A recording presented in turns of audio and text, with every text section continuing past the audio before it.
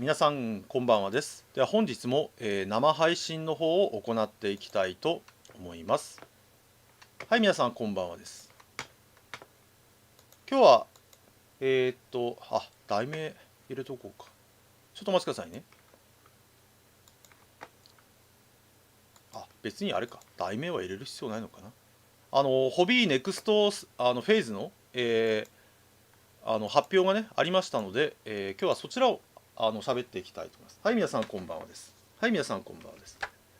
今日は平日なんでね、ちょっと来れない方もいるかもしれませんが、逆になんだっけ、土日は仕事で、平日が休みの人もいますんでね、逆になんだっけ、見れる方もね、いると思いますんでね。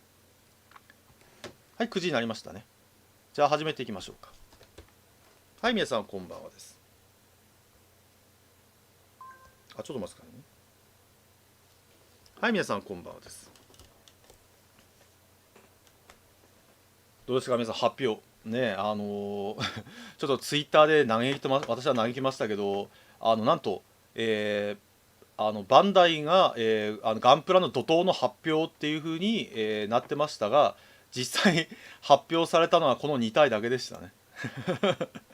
ちょっと驚いて、ね、ちょっと驚いて、なんだっけ、なんだっけ、本当にスマホ落としちゃいましたね。なんと怒涛の勢いで発表って書いてあったんですが、はい、皆さんこんばんはです。実際、なんだっけ、エントリーグレード、エントリーグレード。これ、ごめん。EG だね。ごめん。そうそう。FG はまた違うわ。これファーストグレードだ。ごめん。そう。反映されてますよ。93。これ。だからなんだっけ、実際発表されたのがこれですね。これ。うん。いや、私はね、てっきりね、なんだっけ、怒涛の発表って言ったから、なんだっけ、ガンプラが、例えば100、なんか、10体ぐらい、発表されるのかなと、思ってましたね、正直。あの、なんだっけ、もう、ね、例えば皆さんも多分なんだっけ、こんなに買えねえよってなんかツイッターとかでみんなが、こんなに出るのこんなに買えねえよって言って、なんかこう、みんな驚くのかなと思ってましたよね。はい、皆さんこんばんはです。そうだね。なんと、HG が1体もありませんでした。発表で HG が1体もありませんでしたね。今回発表されたのは、EG と、だっけ、FM と RG だけですね。発表されたのは。はい、こんばんはです。HG が1体も発表、まあ多分 HG がこれなのかなどっちかって。だから宇宙世紀の HG は実質なしですね。実質なしでした。で、これ、下にあるのは、今発表されてる、あの、なんだっけ、来年の6月までの発売予定ですね、これ。なんと皆さん、来年6月までの発表されてる、ガンプラがこれだけしかありません。ちょっと驚くかもしれないんだけど、来年ですよ、皆さん。来年6月までに発売する予定のガンプラってこれしかありませんね。これしか。だからなんだっけ、本当になんだっけ、ガンプラがね、来年全く出ない状態になってますね。これドムもどっちかっていうと新規じゃなくてなんだっけリテイク、そうですね。これしかないのがちょっと驚いたね、これお店カラカラになっちゃうよね、確かに。なんだっけ、実店舗でね、これしかないからね。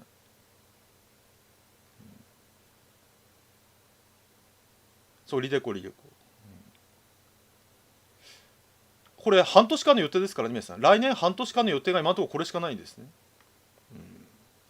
いや、これは、まあ、これはちょっと手に入んないかもしれない。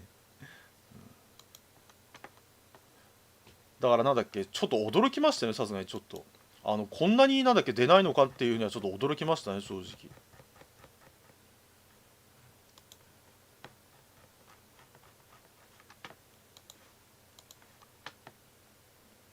そう。は意見出したんだね。いや、転売屋のせいじゃなくて、公式さんで全然作ってないのか。いいんじゃないかな、ニューガンダム見に行くの。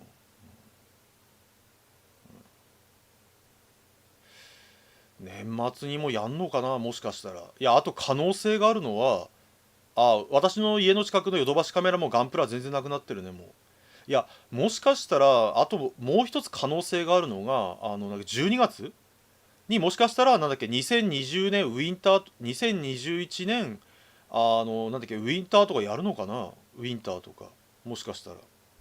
だからもしかしたらそこでウルズハントのそのなんだっけ、新作出したりとか、なんだっけ、その来年の発売する HG と発表するのかな、もしかしたら。それとも本当に今年はこれで終わりなのかな。今年はこれで終わるのか、それともなんだっけ、来年が出るのかっていう。あ、ちょっと待って、ごめん、一つ気がついた。これ出してなかったね。ちょっとごめんなさい。これ出してなかったね。あれ、これなんかずれてる。しかもあれ、なんでこのずれてんだこれ。あれ、違う、ずれてないずれてない。ごめんなさい。なんか俺がおかしくなってんだ。これがこうか。ちょっと待ってくださいね。画面ちょっと調整します。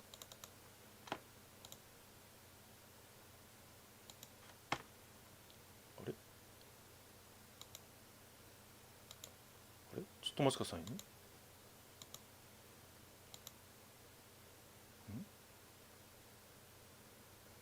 基本、ちょっとお待ちくださいね。あれ、ちょっとお待ちくださいね。画面メモ、こうか。あ、こうでしたね。すいませんでした。ちょっとなんか画面がおかしくなっちゃった。画面が。はい、すいませんでした。申し訳ございません。ガンプラってもともとなんだっけ、静岡工場ですよ。静岡工場だから外国の影響はなんだっけ、そんなにないのかな。なんだっけ、どっちかってプラモデルか。プラモデルの材料がないっていう状況かな、どっちかっていうと。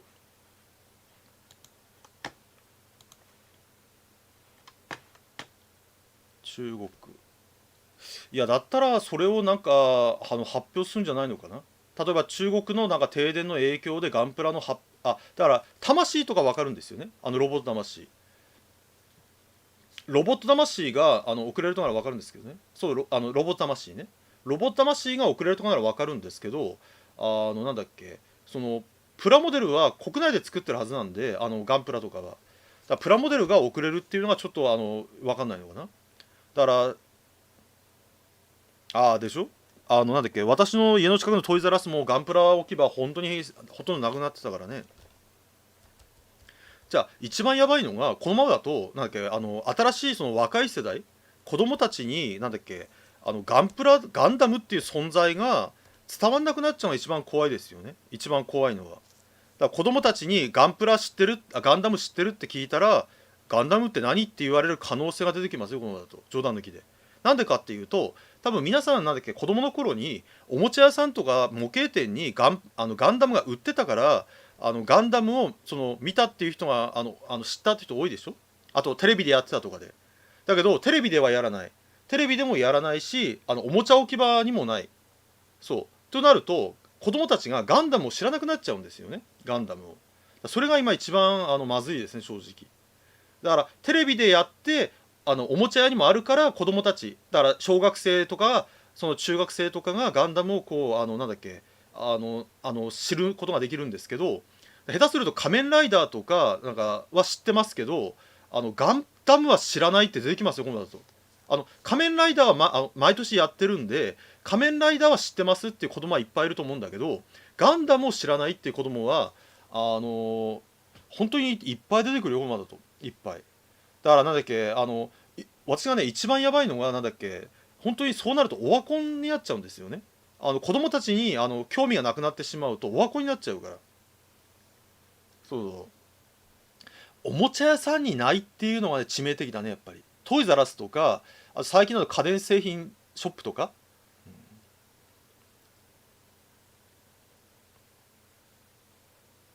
小売店、小売店っていうか正しくはあれかな、問屋さんかな、問屋さん。なんだっけ、まあその結果が多分品不足になって、なんだっけ、転売屋の餌食、多分それを多分知ってた人がいたんでしょうね。だから SD ガンダム、だからなんだっけ、あの SD ガンダムから入る人もいるんだけど、なんだっけ、あのそのリアル投資も置かないと。だからどっちもSD ガンダムを置いてリアル投資も置かないと、どっちも。だから逆に言うと SD ガンダムしか知らないってなってもまずいじゃん、正直に言うけど。 SD ガンダムしか知らないってやつ、そうなってもまずいからね、正直。なんだこれってなってしまったらまずいですし、やっぱほら、そのさまざまな展開をしていくっていう方向にしなくちゃいけないからね、やっぱり。だから半年間でこれしかないっていうのもちょっとまずいですね、正直言って。うん。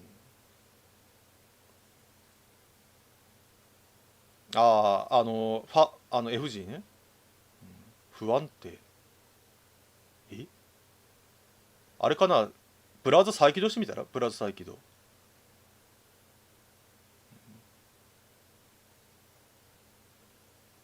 いや、正しく言うとちょっと違うのかな。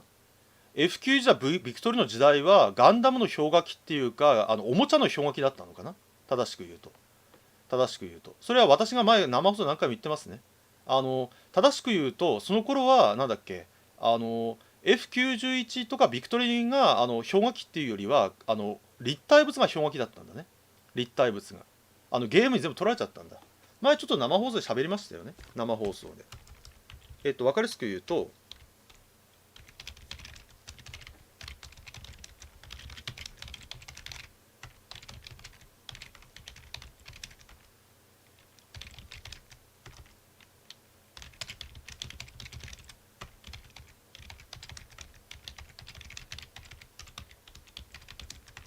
これ、そうなんだっけ、だからほらなんだっけ、ロボットものっていうのがものすごい減っちゃったんですよね、ロボットものっていうのが。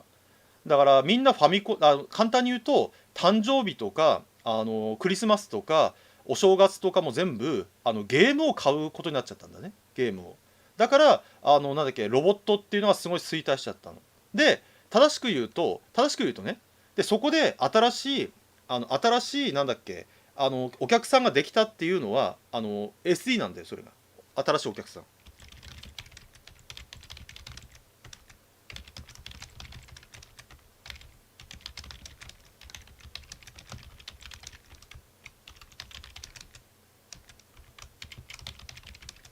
これなんだ結局そのなんだっけ、大人だいい年した大人たちとか、そのなんだっけ中高生とか大学生はなんだっけゲームに行っちゃったんだけど、その幼稚園とか小学生が300円で買える BB 戦士っていうのが売れたんだよね、 BB 戦士っていうのが。そのおかげでガンダムが守ったんですよね。でこのSE 世代って呼ばれてる人たちがなんだっけ、あのなんだっけ、そのまあなんだっけ、次のアナザーとかに行ったんですよね、結局は。そうそう、だからドラグのあたりですごいほら、だから簡単に言うと勇者シリーズとかになっちゃったでしょ、どっちかっていうと合体ロボットとか。すごい本当に苦戦した時期ですよね、結局は。そうそうそう、ゲームに全て駆逐された時代でしたからね、結局は。あのそれはね長く続くんですよね。90年代もそうでしたからね、90年代も。そう渡るとかもその影響を受けてますね、渡るとかも。90年代もみんなゲームに行っちゃってたから、だからすごいこうロボットものっていうのがほら、一番多分みんなが分かりやすいのが90年代のガンダム作品って数えるほどしかないでしょ。そういうことになっちゃったんだね、結局は。あのどっちかっていうとみんなゲームに行っちゃったからね、結局は。そうそうそう。これは仕方ないんじゃないのかな、みんな。どうしてもこの辺は時代でしたからね、そういうところに行ってしまうっていうのが。どうしてもそのあのなんだっけ、ゲームの方がやっぱだから今もね、今もやばいのがそういうことなんで、今も。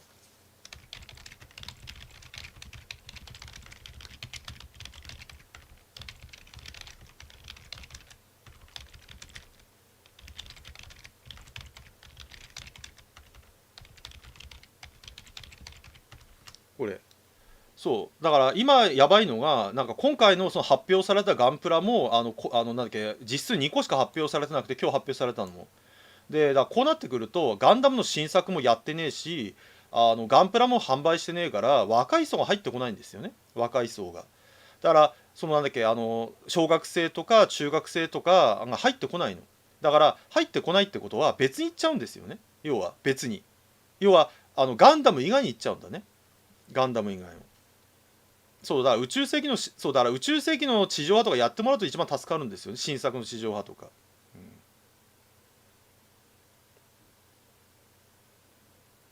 ガンダムはね、ゲームから入る人はね、意外と少ない。意外と。アンケートやったらしいよ、それ。いや、そしたらやっぱり、もともとは、なんか何かでガンダムを知ったとかでやってる人が圧倒的に多いんだって。ガンダムを初めからゲームから入る人ってやっぱ少ないんだって。少ないんだって。例えば、なんだっけ、ガンプラを店頭で見て、ガンダム知りましたとか、だから初めから一から何も知らない人がゲームから入る人はね、ほとんどいないんだって。それアンケートやったらしいよ、ちゃんとガンダムのゲームの人が。そしたら、何も知らない人がいきなりガンダムに入るってのはないんだって。だから例えば、たまたまなんか動画で見たとか、なんだっけ、お店でガンプラ売ってて気になったとかね。いや、それ一番儲かってるっていうのは多分みんな私が言わなくても分かるよね。それは違うよね。うん、それは違うよね。儲かってるんじゃなくて、まあ言わなくてもいいですよね。エンゲージ。いや、全然ないね。私はてっきりエンゲージ発表されたから、なんだっけ、なんだっけ、あの、あれなんだっけ、今回の発表会で何かエンゲージに関係あるのも出るのかなと思ったんだけどね。ガンダムのゲームからゼロから入ったって人はいないらしいね、全然。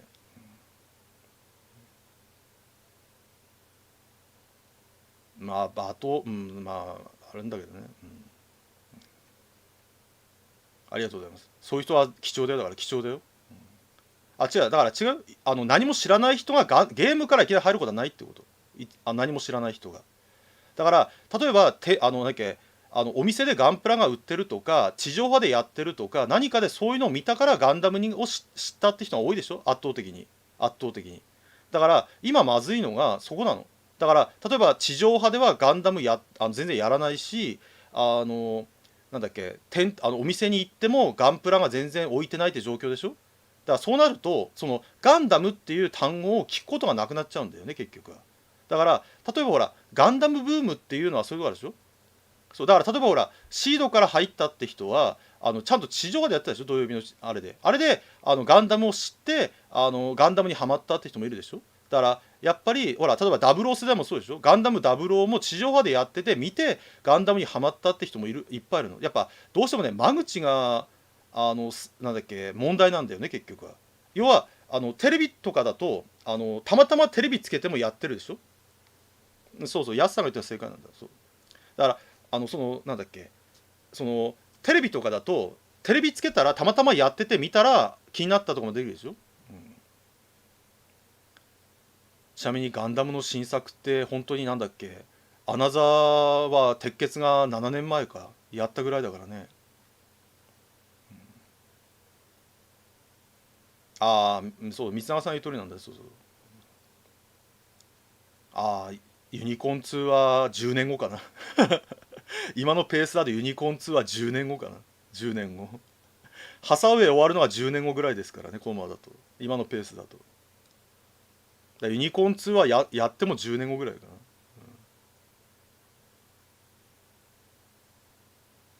な。そうだね。友人から勧められてやるっていうケースは多いですよね、ゲームとか。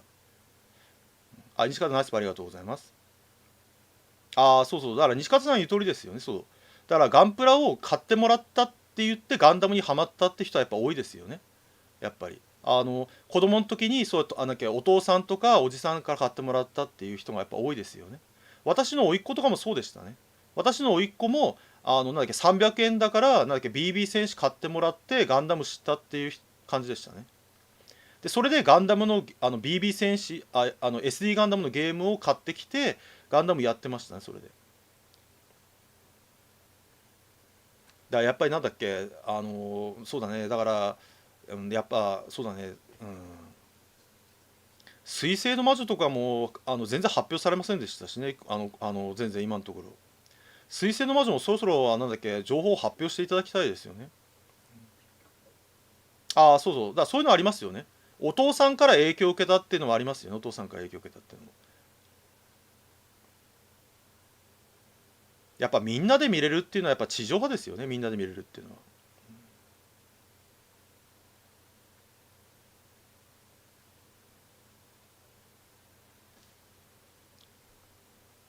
ああ、そうだね、ジャケ買いする金ないからね。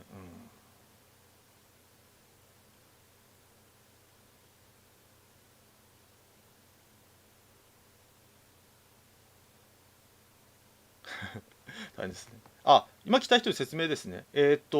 今回、発表されたのが、大きくやってもこれだけですね。大きくやっても。えーっと、レイダーガンダムとゴーッドガンダムが発表されただけですね。ウルズハントの新作のガンプラは発表されませんでした。後日なんだっけ発表しますっていうことで今回発表されませんでした。あと昨日発表されたのがエントリーグレードのニューガンダムでしたね。だから実際発表されたのはこの2機しかなかったってやつですね。ね、散々なんだっけ怒涛の勢いで発表しますってなってたんですけど、すごい期待したんですけど、結果蓋開けてみたら2体しか発表されませんでしたね。これにはさすがにちょっと驚きましたね、私もさすがに。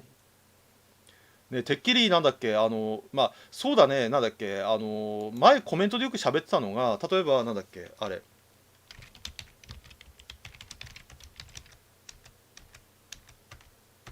あとなんだっけあとあとガンダム、UCE、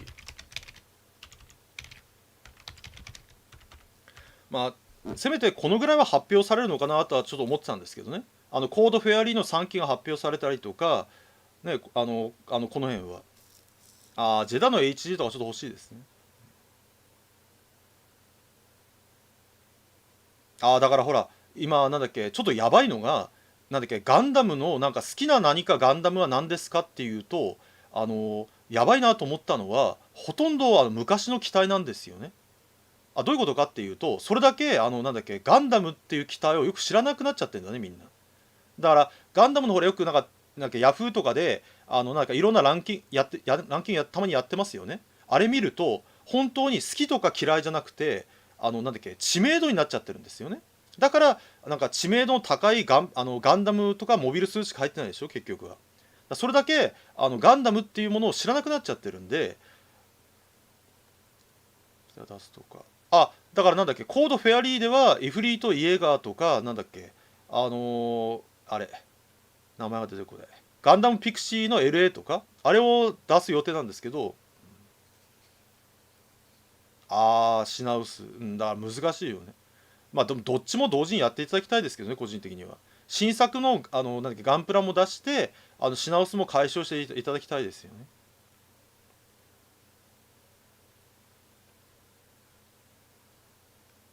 ね。プロデューサーが脱ガンダムって言ってるからよりによってガンダムのプロデューサーが脱ガンダムとか発言しちゃってるからじゃないかなね、よりによってそうビルドファイターズ関連はね売れ残ってるらしいです、プロデューサーがあんなこと言っちゃいけないと思うんだけどねまさかのプロデューサーが脱ガンダムとか言ってるからねいやそれはプロデューサーは言っちゃいけないんじゃないですかってなんだっけ発言ですからね。他のサンライズのなんだっけプロデューサーが言うんだったら分かるんですけど、ガンダムのプロデューサーが脱ガンダムとか言っちゃいけないと思うんだよね。ヤフーオークションとかメルカリすごいことになってますよ。ダブローの新作は関連の人が言ってましたね。7年後だそうです。ガンダムダブローの新作は早くて7年後だそうです。7年後だからなんだっけもう多分みんな忘れた頃に出る感じですね。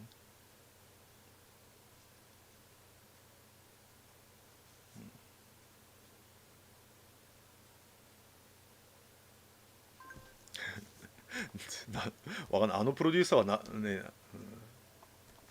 それ多分なんだっけバズりましたよ、ちなみに7年後っていうのはみんなえってなってね。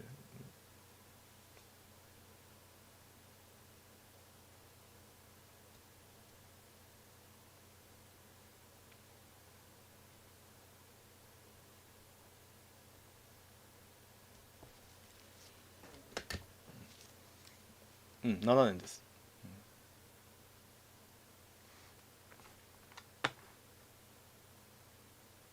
ちなみにだからこれ解説で使えるのはこれだけかな。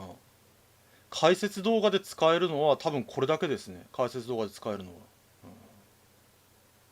横浜ガンダムはね、そのコロナのせいで来場者が全然来てないらしいですからね。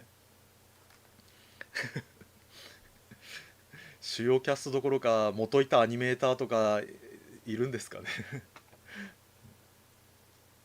いや、境界戦記も売れ残ってるみたいですね。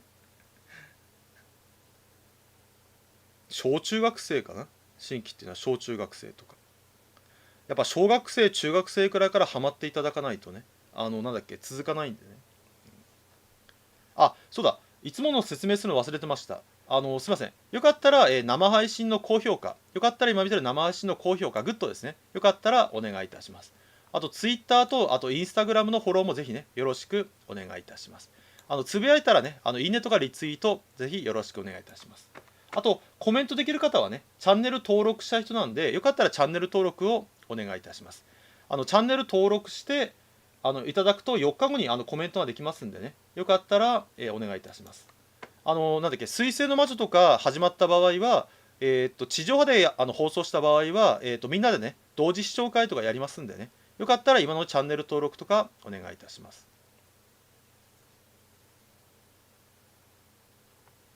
まあ、境界線機とかまだ Amazon で買えますからね、ガンプラはほとんど買えなくなりましたけどね。簡単なガンダム。簡単なガンダムっていうのはちょっとわからないな。どういうガンダムなのかな、簡単なガンダムっていうのは。別にワンクールのガンダムでもいいんじゃないかな、ワンクールのガンダムでも。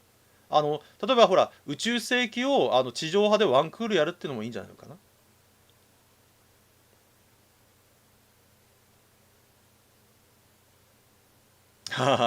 いいですね、甥っ子に渡すのも、そうだね。そう、ポケモンとかドラゴンボールとかに子供取られてますよね、確実に。あと仮面ライダーとかに。だから多分そのガンダムのそのなんだっけ、新しい新規のファンが増えなくなっちゃってるんでしょうね。F91 はそれをやったのが作品ありますよ。F91 さんそれをやった作品はありますよ。うん、ありますよそれ。うん、どうなったかはぜひ調べていただければね、それやりましたよ。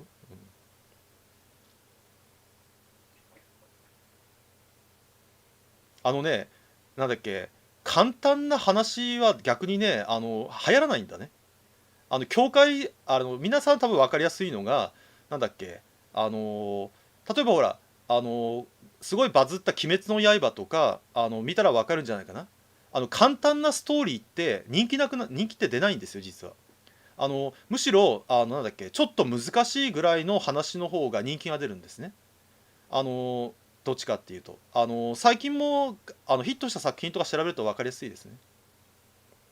あのなんだっけ、簡単なストーリーっていうのは萌えアニメとかね、萌えアニメ萌えアニメとか簡単なストーリーでいいんですけど、SF 作品とか、そう SF 作品とかなんだっけ、アクションバトルものっていうのはちょっと謎があったり難しい方が流行るんですよね。例えばほら「ハンターハンター」とかって多分なんだっけ、子供が読んでもよくわからないでしょ。でもなんかすごいなんかことを言ってるとかって言って流行ってるでしょ。だからちょっと難しい方が流行るんですね。簡単なエントリーも出れますよ、ニューガンダムがね。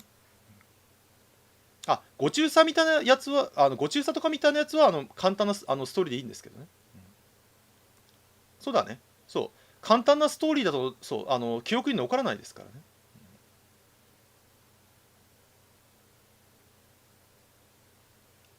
まあそうだね、ビルド系はねちょっと問題だったのはなんだっけ、ビルド系が問題だったのは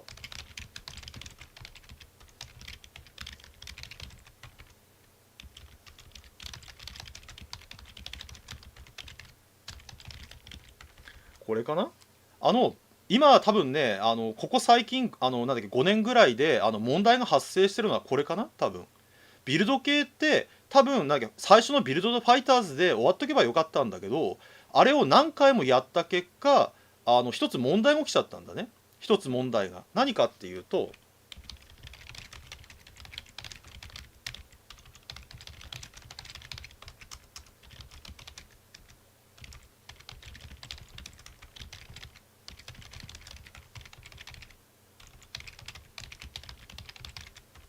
これすごいまずいことが起きて、設定とかストーリー知らなくてもよくねっていう層が生まれちゃって、その結果フェイク情報をなんだっけ鵜呑みにしちゃってるんだよね。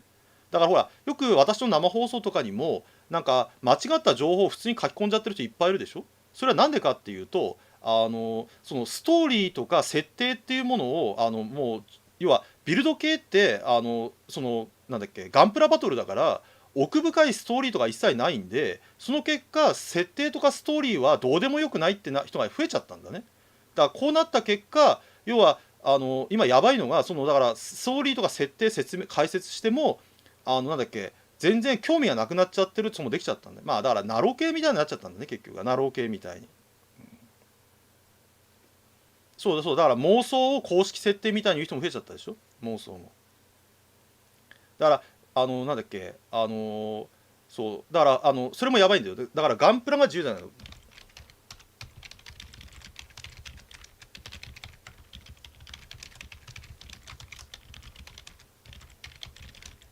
これそうだからこれが多分問題になっちゃってんだね結局。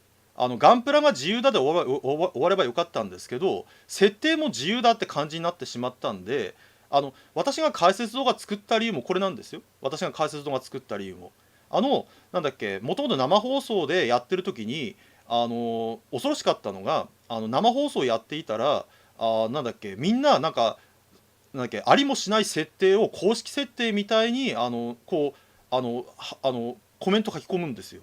で驚いちゃってそんな設定ないよって言ったら、なんだっけソースどこって言うから、なんだっけ全部なんだっけこはずはなんだっけ教えたら、一番驚いたのがだって誰もそんなこと教えてくれないんだけどって言われちゃったの。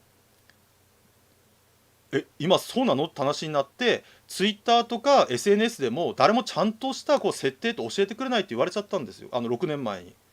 だからじゃあ誰かじゃあきちんとした設定を作ってないのって聞いたら、誰もやってませんよって言って、当時もなんだっけガンダムの動画ってなんだっけウィキペディア垂れ流しとかなんだっけ妄想設定をやってる動画とか、あとなんだっけ釣り要は例えばほら脅威アムロレイは生きていたとか、そんな動画ばっかだったんで6年前って。まあ今も一緒なんだけど、今も一緒なんですけど、だから誰もちゃんとその設定に準じた解説とかやってないんで驚いちゃって、じゃあ私が作りますよって言ったの。私が作りますよって、おじいちゃんが作りますよって言ったら笑われたんですよ。シュウさんおじいちゃんなのに動画なんて作れるんですかって言って頑張って覚えて動画作ったんですね。そしたらすごかったですよ、皆さん。すごかったんですよ。姉子さんナイスパーありがとうございますね。何が起きたかっていうと、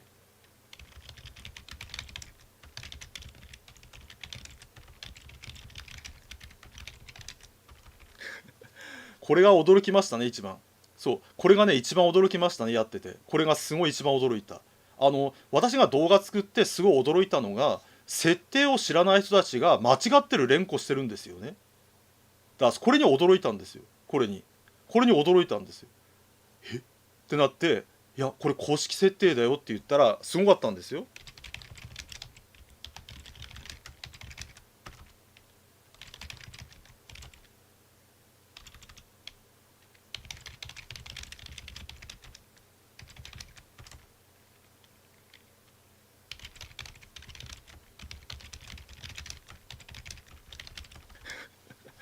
そうさすがになんだっけなんだっけ驚いたよね、さすがに。だからなんだっけやばいなと思ったんで動画をなんだっけ頑張って作ろうと思ったんですね、頑張って。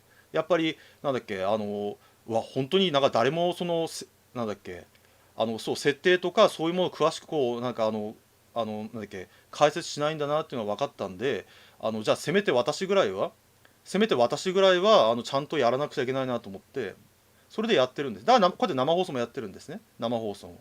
みんなの疑問とか質問とかに答えるために生放送もやってるんですね。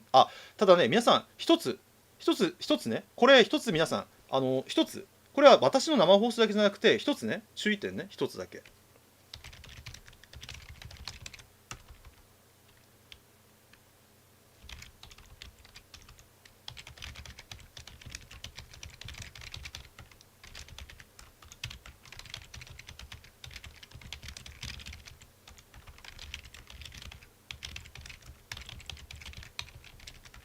これ、そうなんだっけ、これはね一つ注意点ですね。これ毎回生放送やると10人ぐらい通報されてるんで、本当に心が痛いんですけど、見てる人が不愉快に思うようなコメントはしない方がいいですね。例えばなんだっけ、ありもしない設定をあたかも公式みたいに書いたりとか、あと誹謗中傷とか、あと下ネタとか、なんだっけ、あとはなんだっけ、そのフェイク動画のことをなんだっけ書き込むとか、そういうのはやめた方がいいですよ。そういうのはなんだっけ、ちゃんと例えばなんだっけ反論する場合には調べてから反論していただきたいですね。反論はだからぜひね、私の動画は1回ぐらい見ていただきたいですね。そうそう、名前が下ネタも通報されるんで、それも注意してくださいね。それもそうだからシャアはロリコン要素ゼロなのに、そう、まあだからなんだっけ、これは注意してください。これは私の放送以外もね、私の放送以外も他の人の生放送もね、そうこれは注意してくださいね。ごめん、話戻りましょうか。でなんだっけ、発表されたのはこれですね、結局は。まあ RG のゴッドガンダムは結構売れそうですね。なんだっけ、稼働範囲が広いんでね。これ FM っていうのは、RE100 ですね。RE100。やすさん、ちなみに毎週5件ぐらい下ネタ来てますよ。やすさん。FQ さん、シャアがロリコンって公式ネタじゃないよ。それがフェイク情報なの。FQ さん。それがフェイク動画なの。フェイク、それやすさんやめとけ。それがフェイク情報なの。それいっぱい来てるの。なんだっけ、逆襲のシャアでシャアがロリコン要素って一個もないんだよね。そうないの。だからそれがフェイク情報なの。それが、そうそうだね、そうだからほら、そうやってなんだっけ、フェイク情報に騙されちゃった人がいっぱい来るんですよ。だからいっぱいなんだっけ、本編でなんだっけ、そう、はい、こんばんはです。ファンネル別売りですね。ファンネルはエントリーグレードですからね。エントリーグレード、そう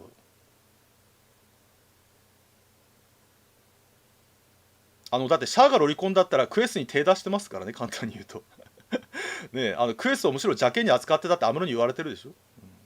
マザコンもそうだよ。マザコンじゃないかって言われたけど、マザコンでもないですね。ママはママなんて叫んでないでしょ。そう、まあ、気になった方は逆襲のシャアぜひ見ていただくと分かるんですけどね。あのーシャアはアムロとララーにしか興味ないですからね。シャアはむしろなんだっけ、アムロとララーにしか興味ないですからね。シャアはアムロとララー以外に興味が全くないですからね。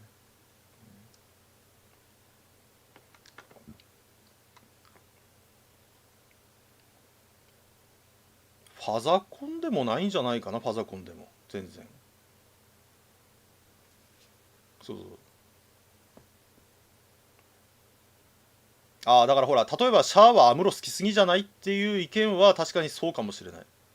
だからシャアはアムロにこだわりすぎてるっていうのはそうかもしれない。そういうのは、なんだっけ、あまりにもアムロにこだわりすぎてるっていうのはありますね、それは。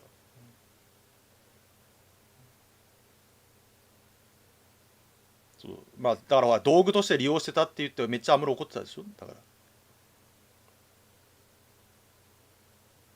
そう、 RG ゴッド出ますね。リアルグレードのゴッドが。これはだからRE100 と大体同じね。マスターグレードまでいかないんだけど、なんだっけ、なんだっけ、あの HG よりはクオリティが高いって感じかな。それが出るって話ですね。カラミティも出ますね。もう出たのか。で、あとはフォビドゥンですね。フォビドゥン。ただこれ個人的には144分の1が良かったんじゃないのかな。12月にストライクガンダムのエントリーグレードも出るし、どっちかっていうとレイダーカラミティは144のでもあれか、144は、昔のプラモデルであるから100分の1で、そう、180度開脚できますね。そういうことか。どっちかっていうとあれか、レイダーとか、なんだっけ、そっか。どっちかっていうとあれか、100分の1で欲しいって人が多いのか。あのなんだっけ、144分の1は昔のプラモデルあるんで、なんだっけ、100分の1でサイズで揃えたいって人からすれば、レイダーとかカラミティとかそういうのも100分の1で欲しいのか。マスターグレードのストライクガンダムとかと一緒に飾りたいっていう人からするとそうなるのか、どっちかっていうと。だから今回100分の1なのかな。どうなってるでしょうね、統一性は。まあだからとりあえず来年の発売予定がこれだけですね、今のところ調べたら。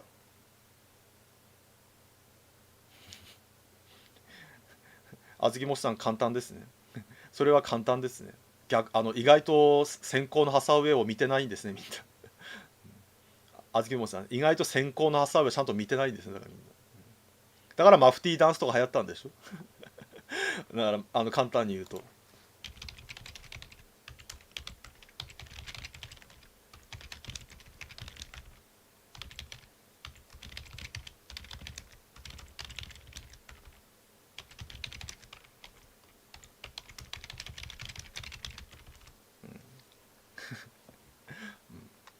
そうだってみんな見てたらさ、あんなの流行らないからね。見てたらみんな見てたらあんなダンス流行らないから、そもそもが。せめて逆にさ、なんだっけ、ほら、もしみんな見てたらなんだっけ、どっちかっていうと、ほら、ケネスをバカにしたような動画とかそっちが流行るからね、どっちかっていうと。なんだっけ、ケネスロリコンだろうって話になって、そっちが流行るから、ね、どっちかっていうと、見てる人がいっぱいいたらね。そう、ああよかったですね、あの時が。まあ、あの頃になると結構ガンプラの出来も良かったですからね、もう2000年以降のガンプラは。大丈夫だよ。辰馬さん大丈夫だよ、辰馬さん。私のコメントにもあったから。辰馬さん大丈夫だよ。辰馬さん大丈夫だから。みんな大丈夫だよ、それ。私の動画のコメントにもありましたよ。コメントにも。すいません、マフティーダンスは公式なんですけど、なんだっけ、なんでそれを解説に入れないんですかっていうコメントがあった瞬間にお察ししたからね。おじちゃん、さすがにね、なんだっけ、苦笑いしちゃったよ。ねえ、さすがに。ねえ、ってなって、ってなって、ってなっちゃって。だから本当になんだっけ、いや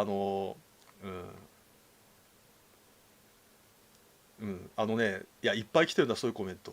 そういうコメントにいっぱい来てるんだ。そういうコメントにいっぱい来てんの。いっぱい来てんの。そういうコメント。そういうコメントにいっぱい山ほど来てるから、山ほど。簡単に言うと、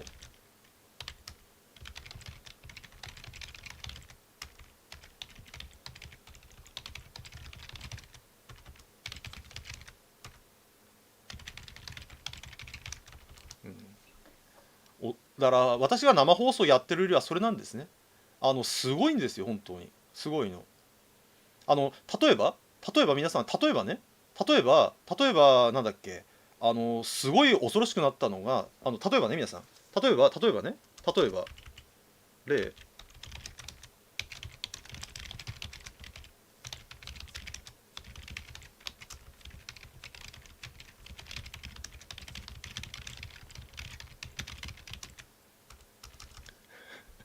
これがさすがにちょっと開いた口が塞がなくなりましたね。ちゃんと第4世代の解説やってるんですけど、あのなんだっけ、ちょっと開いた口が塞がりませんでしたね、さすがに。ニューガンダムは第4世代っていう要素が一個もないんですけど、うん、うん、あとね、あとあったのが、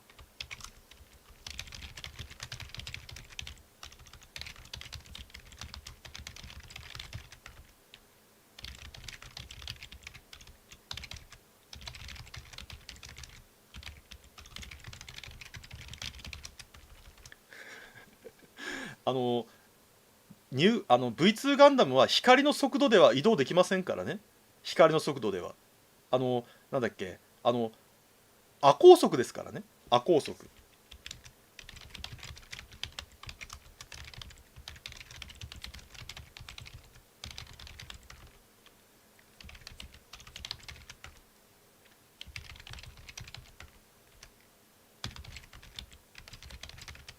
これ。うん。だからなんだっけ、本当になんだっけ、ちなみにこういう情報ってどこにあるんですかっていうのはリスナーさんに教えていただきました。皆さん、こういうなんでこんなことを言ってるんですかって皆さん思ったでしょ。皆さん、なんでこんなことを書いてる人がいるんですかって多分皆さん疑問でしょ。皆さん多分一番。これはね、リスナーさんに教えていただきました。リスナーさんがね、頑張って調べてくれたら、なんとね、皆さん、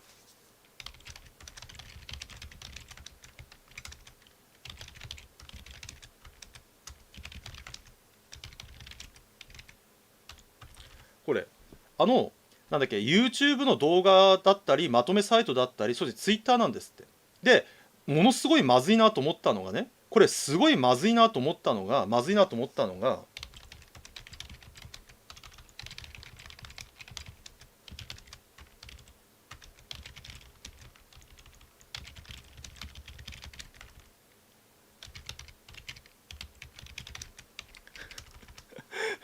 これですね。だから多分これが問題なんじゃないのかな、一番。ガンダムに携わった人が間違った設定をたまにつぶやいてるんですって。ツイッターで。ガンダムの関係者が、関わった人が間違ったことをつぶやいてるんですって。だからなんだっけ、これが多分一番まずいんじゃないのかな、これが。要はガンダムのアニメに携わった人、ガンダムのメカニックに携わった人とか、そういう人が間違った設定をつぶやいてるんだって。そう。だから、それが多分、ネットに広がっちゃってるんだね、だから。ネットに。公式の人間がつぶやいてるんだから正解だろうって言うんですけど、設定調べても出てこないんですよね。設定調べてもそんな設定が。だから、すげえまずいなと思ったんですね。本当に。あのでね、一番やばいのが、例えばね、うんと、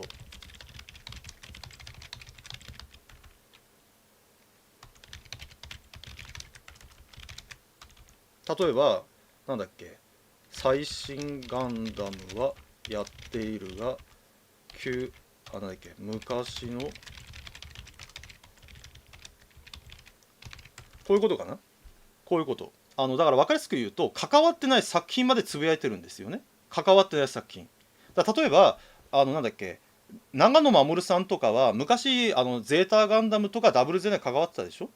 でもほら、最近のガンダムの関わってる人って、さすがにゼータとかダブルゼータとか逆襲の人は関わってないでしょ。なのにその昔のガンダムまでつぶやいちゃってるんですね。その結果、公式の人が言ってんだから当たってるでしょってなってしまうと大変なことになっちゃうんだから。だからほら、多分みんながそれで騙されたのが、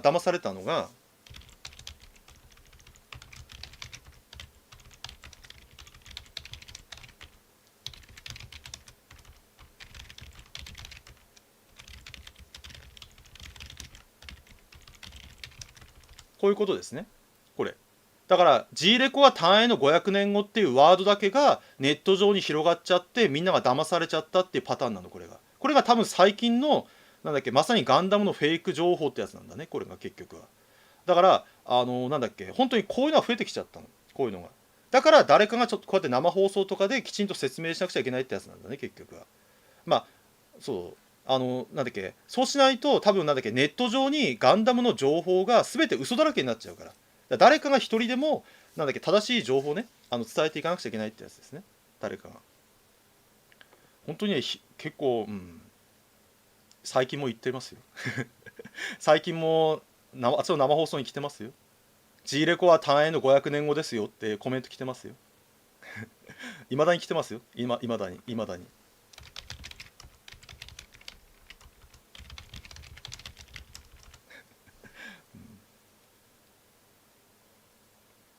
そう。でもね、ちゃんと本編で言ってますね、本編で。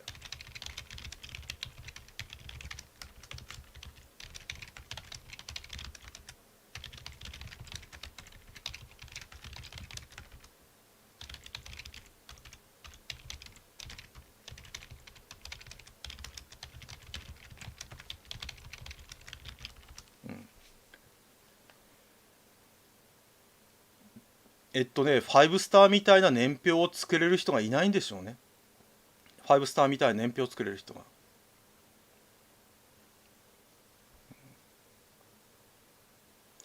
富野さんがなんかインタビューっていうかテレビ番組で、なんだっけ、最初にそう言ったの。でその後にちゃんとなんだっけ、それは違うっていう説明したんだけど、なんだっけ、その最初にその言ったことだけがネット上に広がっちゃったの。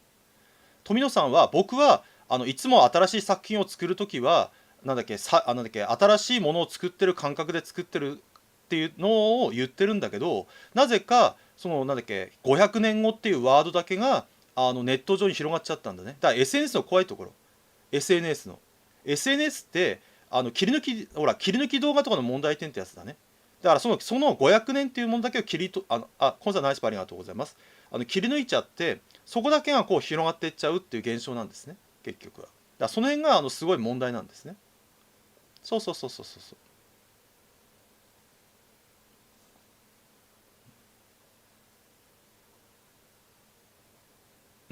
大和さん作ってませんよ。大和さん。お返しナイスパーありがとうございます。ありませんよ、そんな部署。ないよ。設定を管理する部署がないから、あれみんな聞いてない？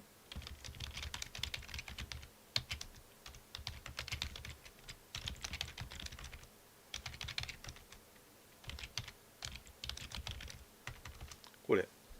ガンダムの設定を管理する部署がないんで丸投げしたでしょ。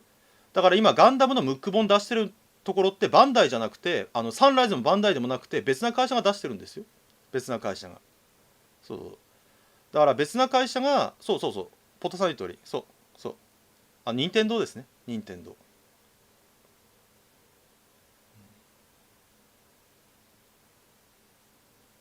だからほら私が前なんか切り抜き動画を作らない理由はそれなんですね、結局は。切り抜き動画は絶対に相手に全部伝わらないんで、切り抜き動画やってしまうと今みたいになんだっけ、間違った情報が伝わってしまう可能性もありますからね。そうそう。だから F89 もそうでしょ。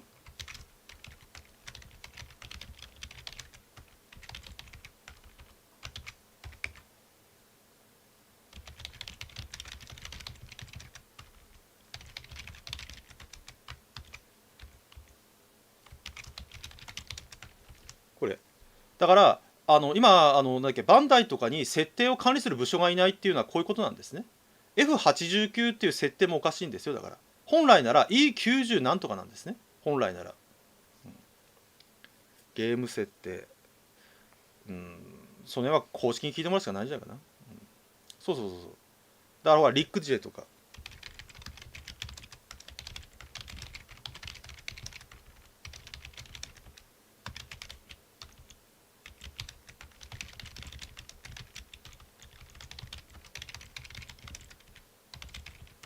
これだから設定を管理する部署がないんでおかしくなっちゃってるんですよね、結局は。DJ っていうのはなんだっけ、リックなんだっけなんだっけ、ディアスの地上型なんで DJ なのに、なんでリック DJ にしちゃってしまったのか話なんだよね。宇宙用ディアス地上型とかもうなんか意味が分からなくなってるでしょ、結局は。だから最近そうそうもうだからリックディアスよかったのに。だから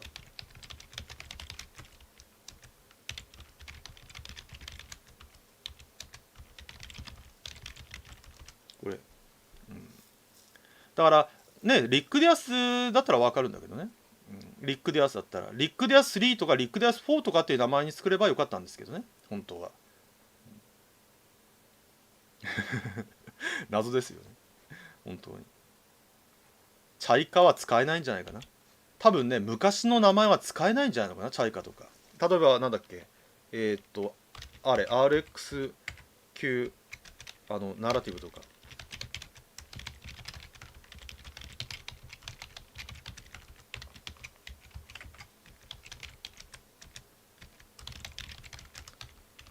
これだから多分なんかいろいろ版権の問題で名前使えないんじゃないのかな、多分。これだからミューガンダムとかそうですよね。ナラティブガンダムとか。ナラティブガンダムも型番的に多分あれ本当はミューガンダムなんですよね。設定もミューガンダムなんで、設定も。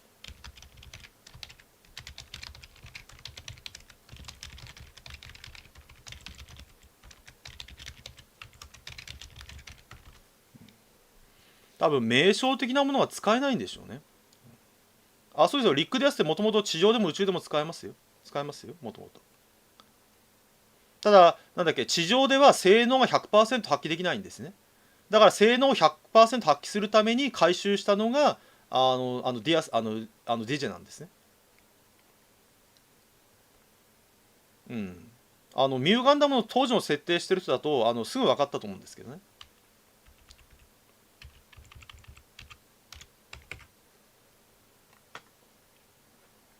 この辺がちょっと謎。まあなんかリックディアスは地上でも使えるけど性能が100%出せないってことね、性能が。ミューガンダムっていうのはもともといたんですよ、ミューガンダムっていうのは。サイコフレームのテスト機ってことでミューガンダムって設定がもともとあったんですね。だから最初ナラティブガンダムが出た時にミューガンダムかなと思ったんだけど、なんだっけ、なぜかナラティブガンダムってなって型番もちょっと変わってたんで、どうしたのかなと思ったんでね。だからなんだっけ、昔の例えばほらなんだっけ、カッパーガンダムとか、カッパーガンダムとかイプシロンガンダムとかそういうのは出せないっていうのも多分そういう理由なんじゃないかな、結局はカッパーガンダムとかなんだっけ、イプシロンガンダムとかそういったものが使えないのも多分理由があるんじゃないかな、そう RX90。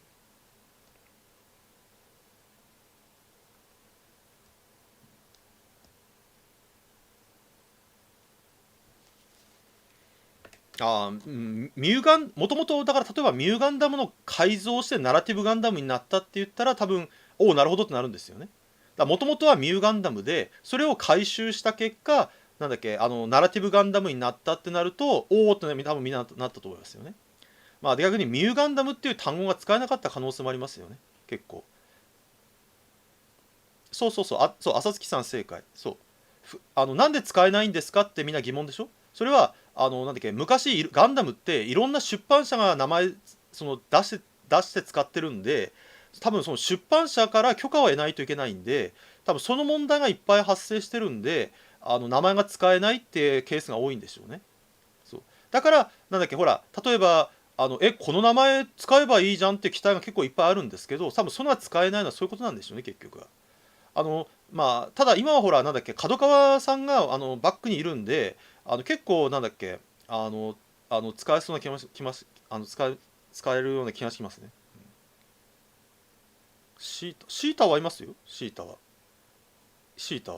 うん、そう一番多分有名なのがガンダムセンチネルですよね、ガンダムセンチネル。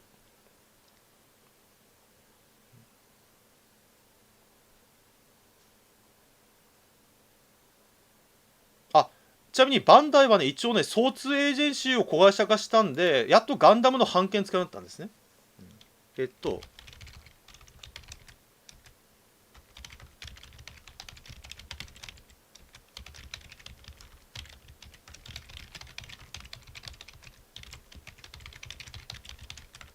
これ、そう。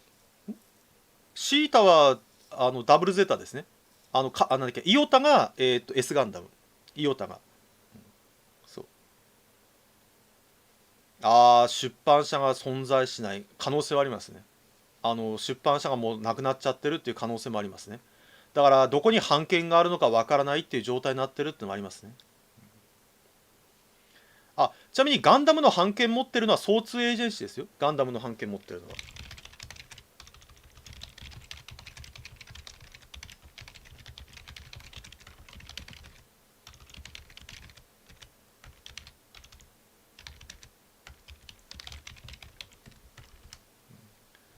あ、ハシムさん、ナイスパありがとうございます。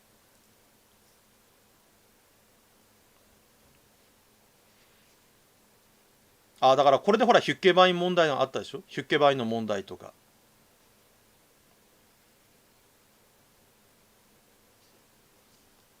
ガンダム広辞苑とか出して、私も欲しいですね。ね、ガンダム広辞苑も私も出ていただきたいですね、ガンダム広辞苑。ちなみに話ちょっと戻るんですけど、なんだっけ、今回、ホビーネクストフェーズで発表されたのはこれだけなんですけど、いますよ、全部。アナハイムガンダムって全部設定ありますよ、全部。全部。ただ、クシーガンダム以降はないですけどね、クシーガンダム以降は。ただね、一つ驚いたのが、私、来年プレ版、なんだっけ、今一番驚いたのが、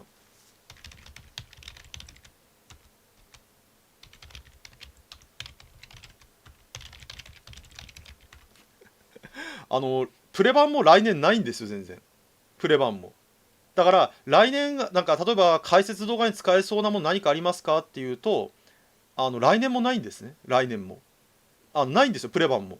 だから何がやばいのかっていうと、一般販売もなければプレ版でも解説動画用のがないの。F90 もないですよ。ミッションパックもないの。だから何もないの。何もないんでだからネタ切れ真面目なんですけどネタ切れになるんだよマジで。半年間全くないの。プレ版も予定が、そうそう、再販のみなんで何もないの。だからもしかしたらネタ切れになる可能性が出てきちゃったんだ。だって出ないから、発売しないから、新しいものが。だから何も出ないんでやばいんだ本当に。気になった方はなんだっけガンプラの発売予定とか見ていただくと、そうレイピアそう、気になった方はぜひプレ版とか、ガンプラの発売予定見ていただくと私が言ってるのが本当に分かると思います。だから初めて緊急事態ですね。今までで初めてここまでガンダムのなんだっけ発売しない、魂も出ないですよ。魂も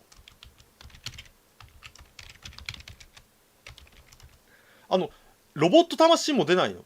ロボット魂も。だからなんだっけそのガンプラが出なくても今まではロボット魂とか出たんでまあなんとかなるんですけど、魂も予定がないんで本当にネタ切れになりそうだっていうのが今の状況なのかな。今の状況が。いや転売は関係ないね。新作の発売ですからね。新作の発売ですね。新作の。気になった方はロボット魂の発売予定とか見ていただくと本当に驚きますよ。ロボット魂の発売予定とか見ると驚きますよ。本当に全然ないんで、本当に予定に全くないんでね。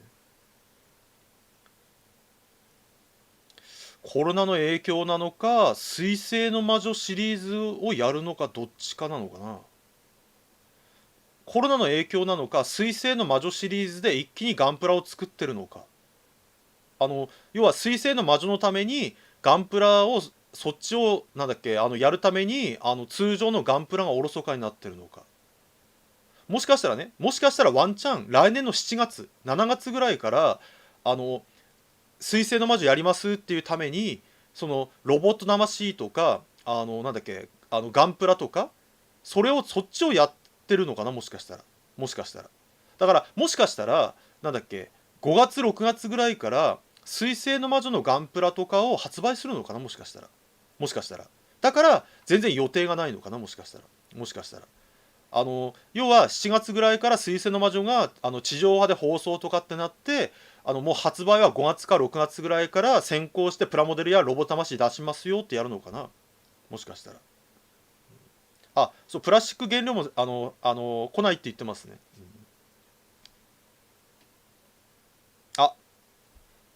FQG さんじゃあもうみんなに言いましょうねそれも作りました。年表解説はもう作りました。なんかそういうコメントがやたらめったら最近増えてるんで、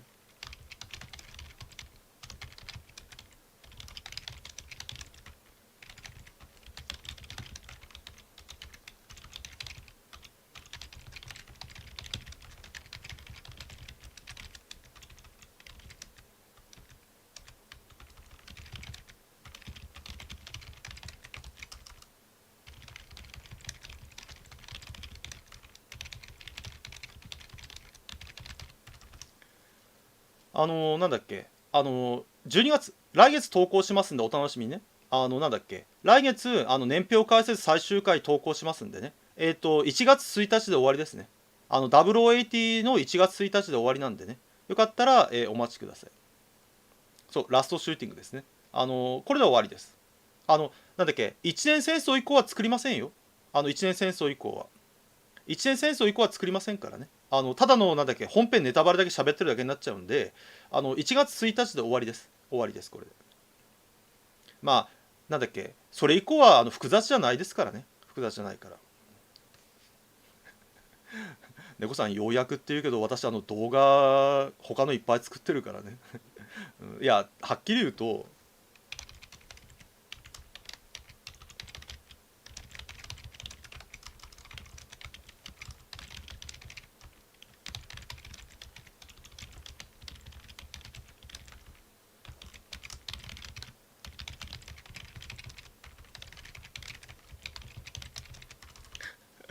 そうなんだっけ年表解説が遅れた理由はもう正直に言うんですけどアドバンスト・オブ・ゼータの解説にね時間取られすぎましたね。アドバンス・オブ・ゼータでものすごいいっぱい調べたんでムック本読まなくちゃいけない、読んでから確かめなくちゃいけないとかいっぱいやってたんで、あれがねやばかったんだ。アドバンス・オブ・ゼータ回数見ていただいたら分かるんですけど、なんだっけ、いや、回数見ていただいたら分かるでしょ。絶対にアニメ化できない理由ですよね。アドバンス・オブ・ゼータが絶対アニメ化できない理由がまさにこれなんですよね。あのうん、そうそう、あれで一部ですよ皆さん、あれで一部。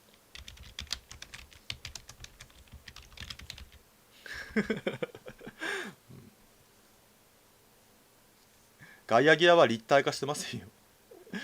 何度も言うけど、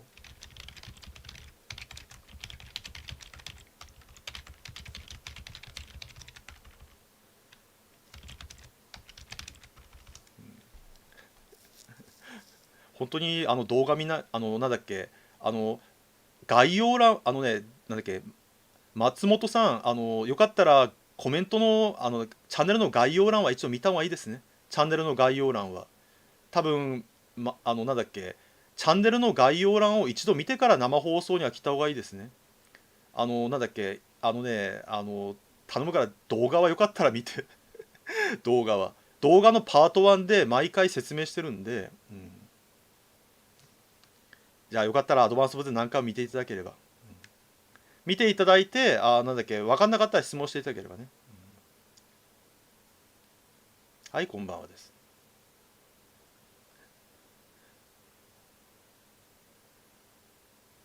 まあ、よかったらね、動画はいっぱい見てください、動画は。動画見ていただいて、見ていただいて質問していただくのはね、一番多分助かりますんでね。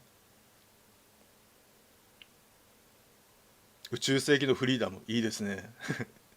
フリーダムやりたいですね。ありがとうございます。G セーバーのフリーダムとかキット化してほしいですね。で、ブグとかね。ブグとか、あと、レイブンとかね。やりますよ。もちろんやりますよ。G セーバーのフリーダムとか、ブグとか、なんだっけ、レイブンとか立体化したら解説やるんですかってやりますよ、もちろん。もちろんやりますよ。もちろんやります。もちろんやります。安心してください。安心、もちろんやります。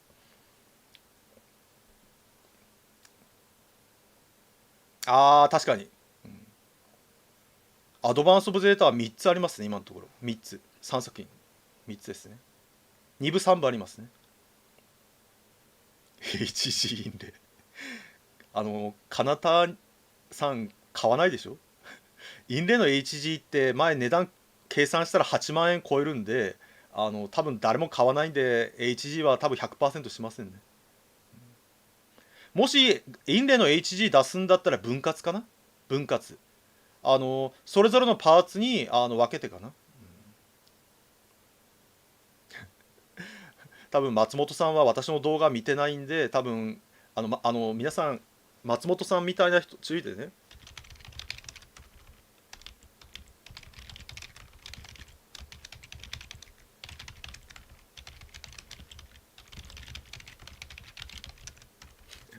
あのなんだっけ、ここなんだっけ、半年ぐらいで100アカウントぐらい通報されてるんだけど、私は通報してないよ。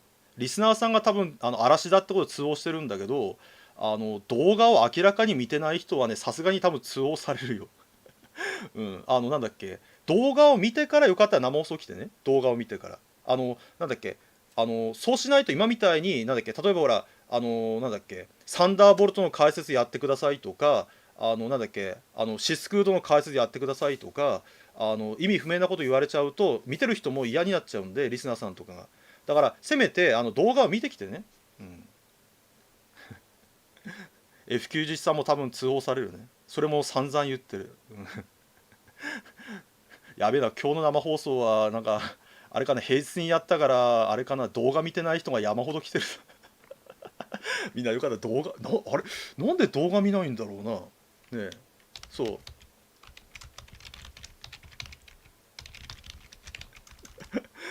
なんで見ないのかな。そう、YouTube の検索で名前検索すると出てきますよ。ちなみに私の動画。FK さんまたいつか会いましょうね。多分 G メール開くと、あれ言わなかった朝月さん。なんだっけ、あれでしょ。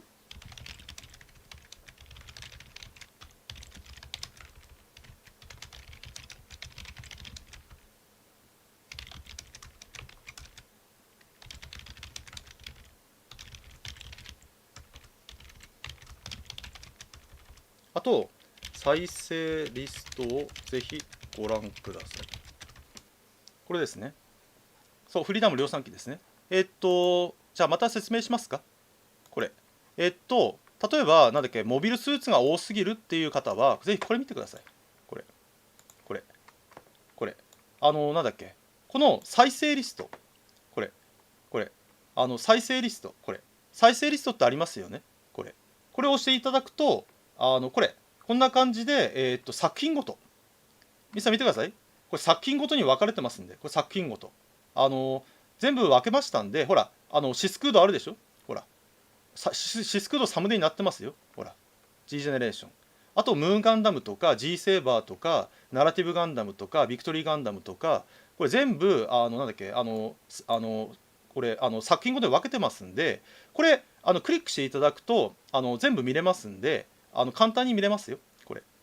よかったらね、なんだっけ、今日初めて生放送来ましたって人はね、よかったらこれ押していただくと、なんだっけ、そう、好きなシリーズから見てください。好きなシリーズから。まあ、よかったら、なんだっけ、まあ、なんだっけ、順番ファーストガンダムから見ていただくと一番いいんですけど、まあ、好きなところから見ていただいても構いませんでね。うん、そうそう。まあ、これだと簡単に皆さん、ほら、サンダーボルトもあるでしょ。サンダーボルトもあるし、ジオリジン、こっちかジオリジンとかもありますんでね。ジオリジンとかも。こういういろいろありますんで、単影ガンダムとかね、G のレコンギスタとかもいっぱいありますんでね。そうですね、飯食いながらでもいいですよ、飯食いながらで。飯食いながらで見てたら、例えば、なんだっけ、お風呂入りながら、お風呂入りながら、例えばほら、防水加工の、なんだっけ、スマホとか、あとはタブレットで、お風呂入りながら、見ていただくとね、例えば半身浴しながら、見ていただいたりね、そうすると、多分みんな楽しめると思いますんでね。だから例えば通勤途中とかね、例えば通勤途中とかで電車に乗りながらイヤホンさして、そう運転中にラジオ感覚でいいと思います。それでいいと思います。で、例えばあとお風呂入りながら、あと飯食いながらとか、だからなんだっけ、お好きなように見ていただければね、で見て分かんなかったら生放送で聞いていただければね、ありがとうございます。で、ほら、で見ていただいてから生放送でこれなんでこうなるんですかって聞いていただくと全部私お答えしますんでね。だから一度は動画見ていただければ、で動画見ていただければ質問、私も答え返しやすいんでね。だからさっきさ、なんだっけ、広辞苑、広辞苑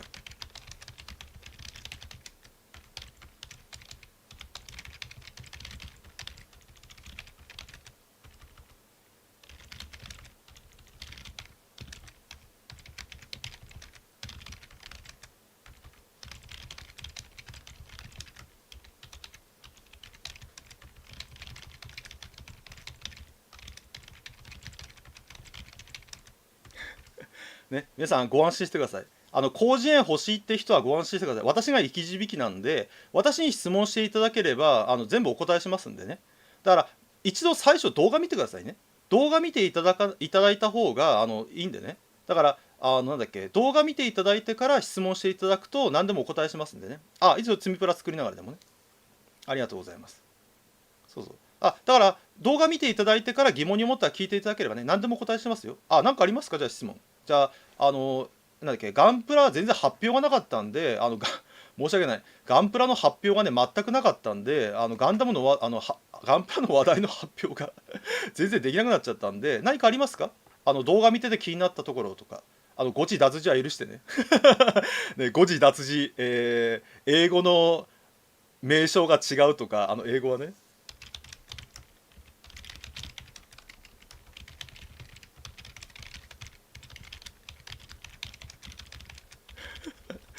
ね、全部好きです。全部好きです。全部好き。全部好き、私は。ガンプラ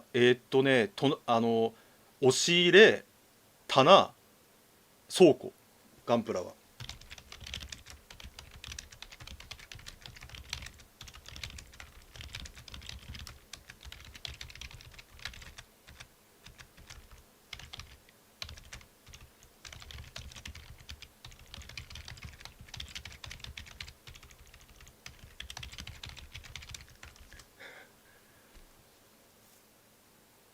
ピクシーって一気不明なんですよ。ピクシーって。ピクシーって一気不明なんでね。ガンプラの方から全部処分してますね。岡田さんのは、あれ、解説じゃなくて、紹介ですね。岡田さんのは解説じゃない、あれは。あれは紹介と、あと昔のアニメーターから聞いた話をしてるだけなんで、解説ではないね、あれは。解説では。ネジ、デンドロビウム、デンドロビウム。あと昔のニューガンダムとか。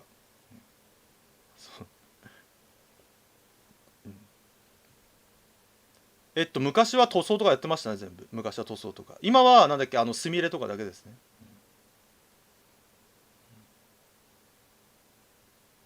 フェネックスの光の速さ。いや、光の速さに近いだけだね。コードフェア興味あるね。コードフェアあり。時間があったらやりたいですね。時間があったら。時間があったらやりたいですね。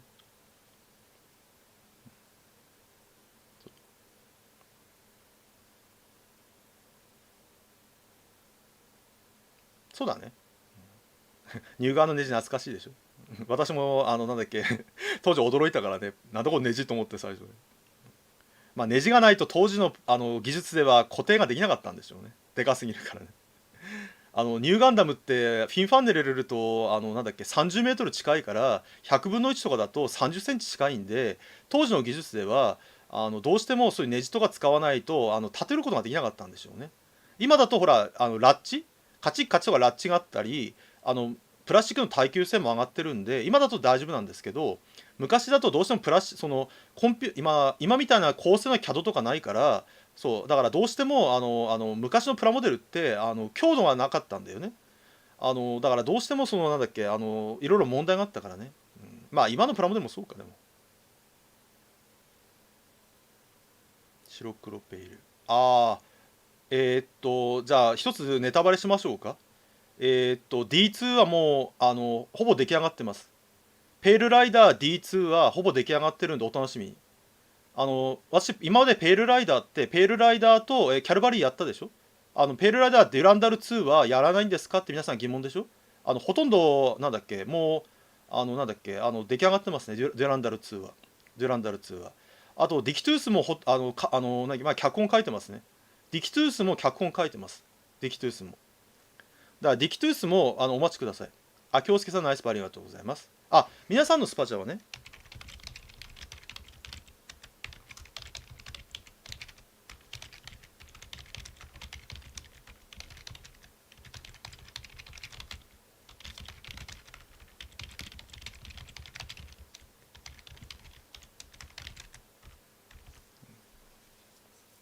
ダブルゼータもなんだっけ100部あれでかいやつ使ってたね。結構昔のやつはやっぱどうしてもなんだっけ耐久性的に関節が弱いからね、関節とかが。だからほらわざわざ足にダイキャストを入れて転倒しないようにしてたんだよね、昔は。そうだね、そう稲葉さんその通り。ホワイトライダー、ブラックライダー、ペールライダー、デュラハンもキット化したらやりますからね。ご安心してください。やりますんでご安心してください。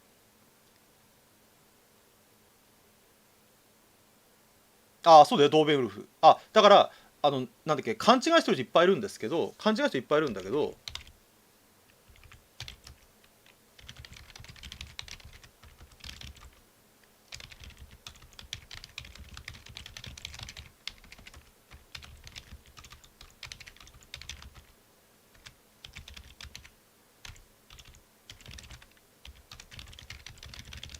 これね、そう、レッドライダーもやりますよ、レッドライダーも。ドーベンウルフは超高性能なんですね。超高性能。オールレンジ攻撃とか、できるし、もう様々な兵装も搭載で超高性能機なんだけど、あれを乗りこなせる人がいないんですよね。乗りこなせる人が。だからギラ動画とかになったんですよね、結局は。だからなんでドーベンウルフってなんだっけあんなすごいのになんだっけ量産全然されなくなったんですかっていうと、あれを乗りこなせるパイロットがなんだっけなんだっけいるかどうかって話になってくるんだね、結局は。置き場所ないんですね、置き場所が。アンザーもやりますよ。ガンダムシードとかガンダムウィングとかも全部やりますよ。そう。だからガエルちゃんがやっとあれじゃない、ガエルちゃんあたりがやっと使いこなしたよね、ガエルちゃんあたりが。ガエルちゃんが劇中でやっと全ての兵装を使ってるから、やっとガエルちゃんあたりで使いこなしたのね、ガエルちゃんあたりで。まあ多分いろいろなんだっけ回収とかしてると思いますけどね。あれはシルバーバレットですかね、正しく言えばシルバーバレットなんで。だから OS の最適化とかされてると思うんで、そのためにガエルちゃんが使いこなしたんでしょうね。まだドーベンウルフの時点ではなんだっけ OS の最適化とかされてない可能性も高いんで、全ての兵装を使いこなすとかできなかったんでしょうね。だから劇中でもほとんどなんだっけ腕のオーレンジ攻撃とビームメガランチャーしか使ってなかったでしょ。だから多分なんだっけ全ての兵装を使いこなすぐらいのなんだっけOS とかなんだっけ連動がなかったんでしょうね結局は。だからシルバーバレットって実際高性能でしょ。シルバーバレットって実際高性能でしょ。無駄な兵装とか外して機動性ほらガンダムマーク5と一緒ですよね。ガンダムマーク5。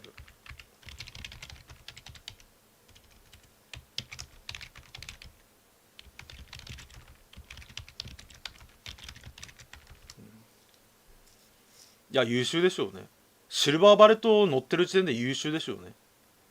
普通のパイロットはジェガンですからね。ジェガン。そう。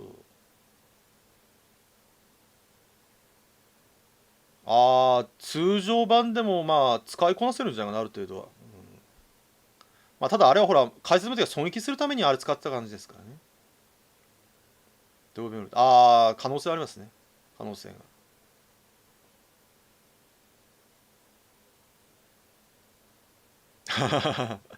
いや、多分私と岡田さんと富野監督3人で生放送やったら、多分話がまとまんなくて、放送事故になっちゃうんじゃない？ねえ、岡田さんと富野さんと周さん3人で生放送やってくださいっていうのは多分話が合わなくて、なんだっけ、大変なことなんですね。それ解説やってますね。根元事務通の違いは、解説動画でやってるんでよかったらご覧になってください。解説動画やってます。ね、絶対に話が合わない3人ですからね。絶対に話が合わない。だから無理ですね。やったとしても多分放送事故になっちゃいますからね。放送事故に。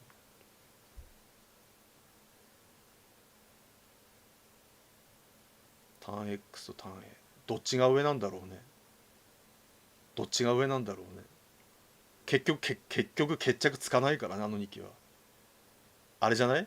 なんだっけ、どっちも別次元の機体だから結局どっちが上はないんじゃないかな。どっちが上っていうのは。うん、結果的に全然なんだっけお互い破壊できないからね、お互いが。なんだっけ千年戦争と一緒ですね。百年戦争とか。お互いに性能が拮抗してる結果なんだっけ決着がつかないからどっちが上ってのはないんでしょうね。だからどっちももうなんだっけ別次元の性能なんでね、どっちも。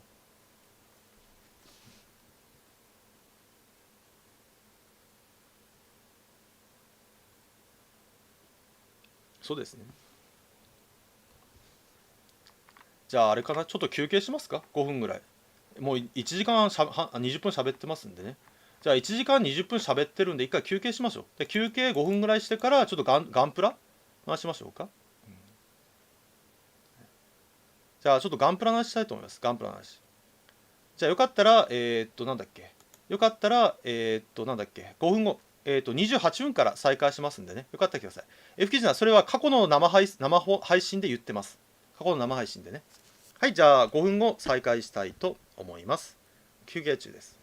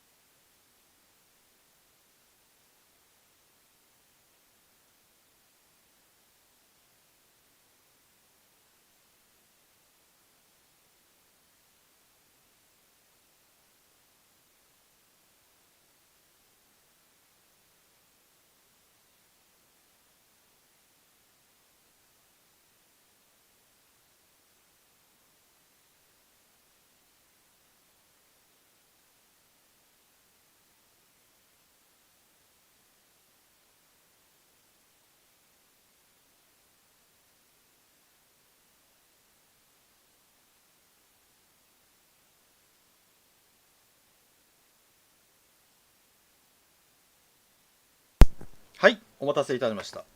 あれメンバー、ああザブ座布団運びの金ちゃんさん、メンバー登録ありがとうございます。メンバー登録ありがとうございます。ちなみになんだっけ、みんなのおかげで倉庫の貯金300万近く貯まりましたよ。皆さんのおかげで。皆さんありがとうございます。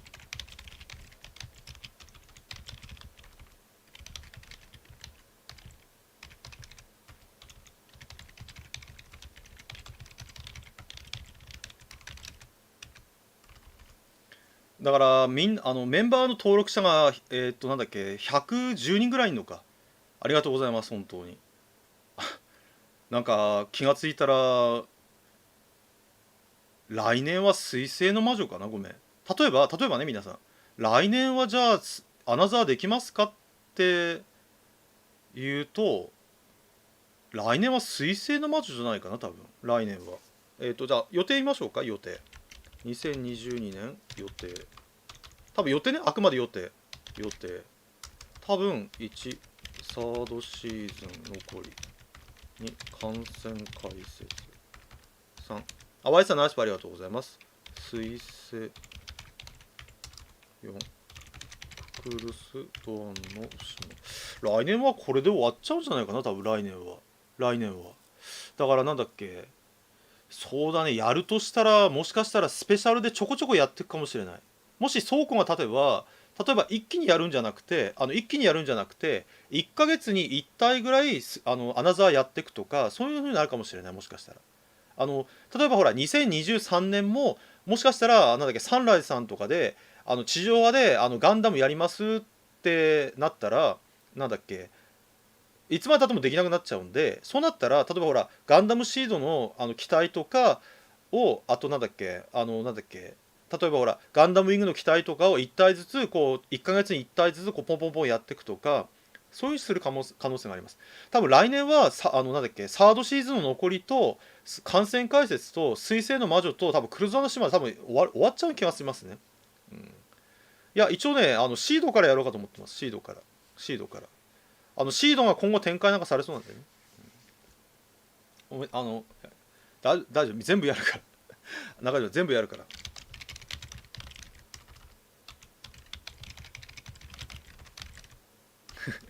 ね、大丈夫です。どれかやるじゃなくて全部やりますから。うんね、皆さん安心してくださいね。全部やるから。全部ね、全部やりますから。ご安心してください。ご安心してください。じゃあまずはいつも通りあれですね。休憩明けなんで、なんだっけ、いろいろあれですね。まずよかったら、生配信の高評価、よかったらまだ押してない方は、グッド、生配信のグッド、高評価だったら押してください。あとよかったら Twitter と Instagram もフォローお願いいたします。周平チャンネルでね、検索していただくとすぐ出てきます。でつぶやいたらよかったらいいねとリツイートもよかったらお願いいたします。あとコメントできる方はチャンネル登録して4日後経った人なんでね、よかったらチャンネル登録お願いいたします。そんな感じかな。あとよかったらね、メンバーによかったら参加していただければ助かりますんでお願いいたします。メンバー限定込みにね、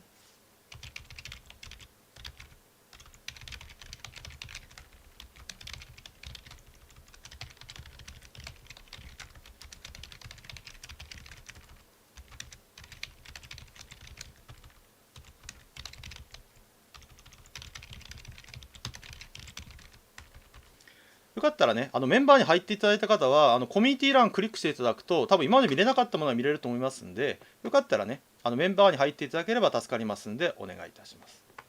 こんな感じですね。で、ホビーネクストフェーズで発表されたのが、昨日発表されたのがエントリーグレード1100円でしたね。来年3月発売の、あれ ?3 月だっけ ?4 月だっけ、あれ ?4 月、4月じゃなかったっけ、これ間違ったかちょっと待ってください。あれ ?4 月じゃなかったっけ、これ間違ってねえかい俺、もしかして。ちょっと待ってください。今調べます今公式ホームページ見てきます。ちょっと。4月ですね。もう申し訳ない。これ4月ですね。4月ですね。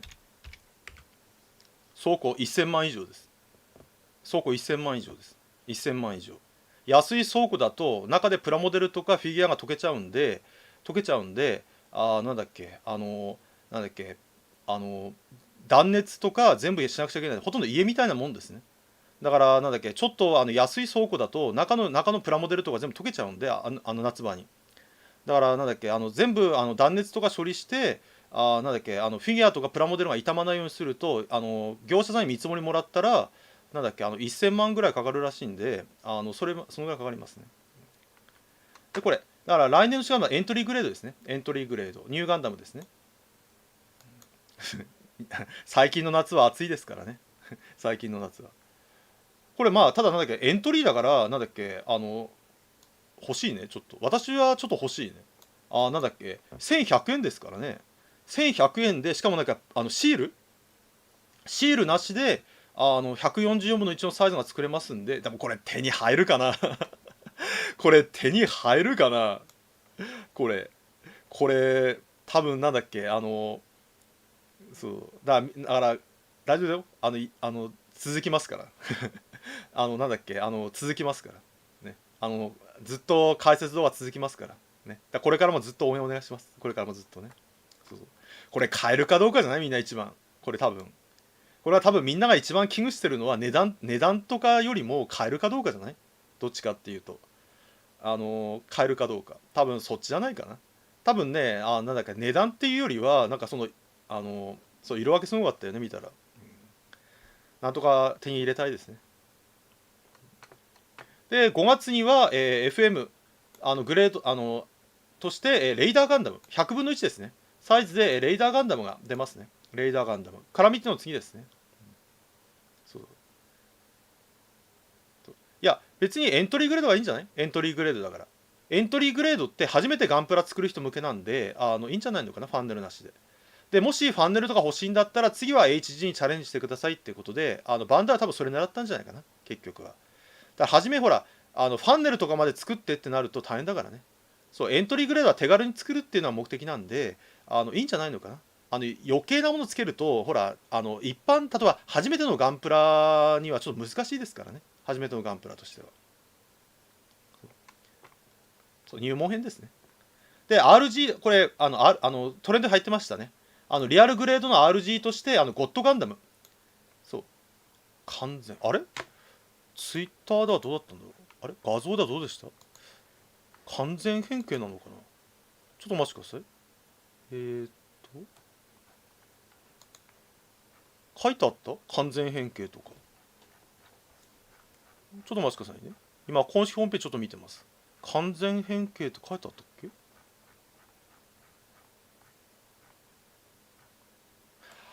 まだ詳細がないのか。ごめんなさい、詳細がないんですね。レイダーの詳細がまだないんですね。だからちょっとわからないんですね。申し訳ない。レイダーの詳細がまだないんですね。レイダーの詳細が。だから多分なんだっけ、来月とか再来月とかになったら出ると思いますね。ザクとかサザビーは出そうな気もしますけどね。エントリーグレードで。ザクあたりは出せそうな気がするよね。180度開脚とかやってましたからね。だからいろんなポーズを取る人がいるんじゃないのかな。いろんなポーズを。いいんじゃないのかな。ね、いろんなポーズを取って、なんだっけ、まさになんだっけ、格闘用の機体みたいな感じですからね。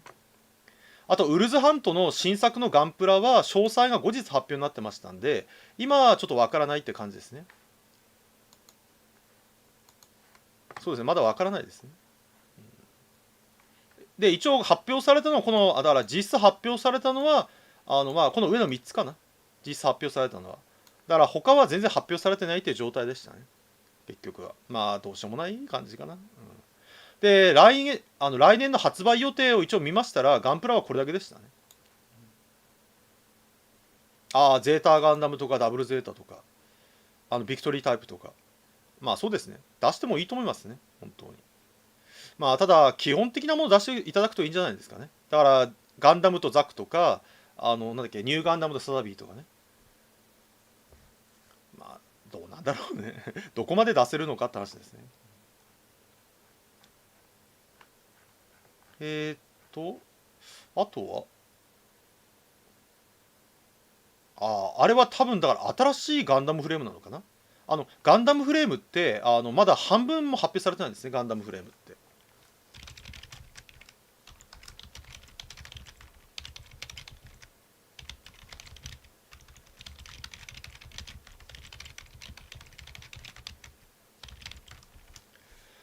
なんだっけ、今まで発表されたガンダムフレームって、残ってる26機だっけ、残ってるガンダムフレームの半分も発表されてないんで、多分そこなんでしょうね。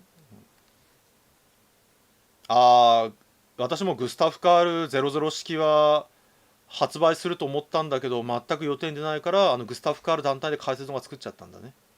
そうだね、00式は全く出てきませんね、今のところ。ああ、なんかツイッターで言ってましたね、イラストがあるって。多分だ、その辺はあれじゃないか、ウルズハントのなんだっけ、配信が決まったら出てくるのかな。72中 ?72 中は無理かな。せめて残ってる26機だけ出せたらいいかな。あの残ってる時代、なんだっけ、鉄血の世界に残ってる26機出せたら万歳かな。72中全部はイラストか何かでは出せる可能性はあるけど、立体化までは難しいかな。立体化までは。まあだからなんだっけ、とりあえず残りが出てくるのを祈りましょうね。あ、なんだっけ、ガンダムグレモリーは一緒にそれでやります。ガンダムグレモリーは。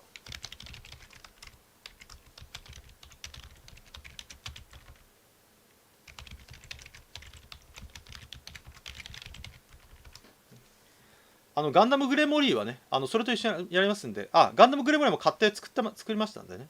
お楽しみにお待ちください。ただあれか、ウルズハント配信されないと詳細な設定とか出ないからな。いや、精霊はね、姿が分かんないんだね、まだ。精霊は。精霊は、なんだっけ、姿がまだ分からないんですよ、実は。漫画打ち切りだから。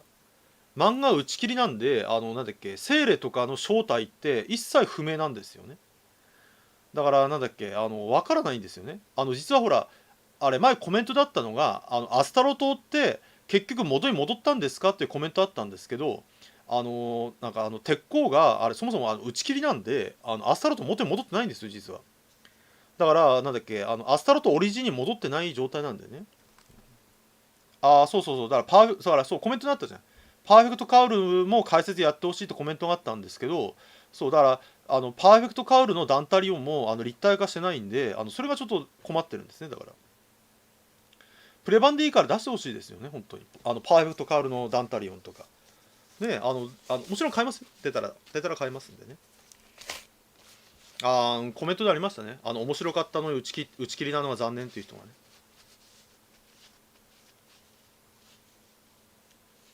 天草もしてほしいですね。HG サイズで。うん、作者がそんなことつぶやいてましたよ。作者がそんなことつぶやいてましたよ、作者が。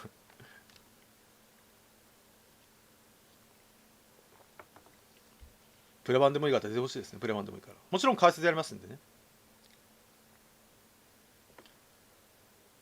あとは何かありますか？あとなんか皆さん質問とかありますか？何か動画見て気になった部分とか、あと今回のホビーネクストフェーズでなんか気になった部分とか、何かありますか？皆さんの。生放送なんでね、リスナーさんの質問にお答えしていきますんでね。さっきコメントだったらちょっとそうだね、動画見ろっていうだけではちょっとあれなんで、欧米もしてほしいですね。ちょっと説明しましょうか。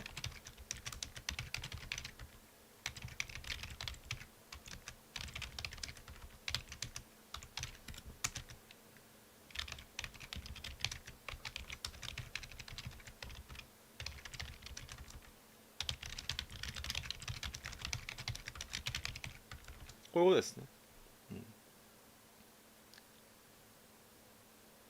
サボテンってね、花つかないんですよ。サボテンって。だからシャアが驚いてたんですね。サボテンって基本的に花が咲かないんですね。サボテンっていうのは。だから、なんだっけ、それに驚いてたって表現ですね。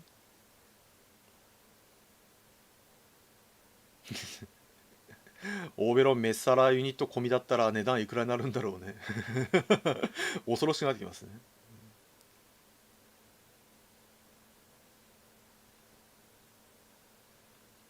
ネモは見た目がジムっぽいんですけど、中身はほとんどジオン系ですね。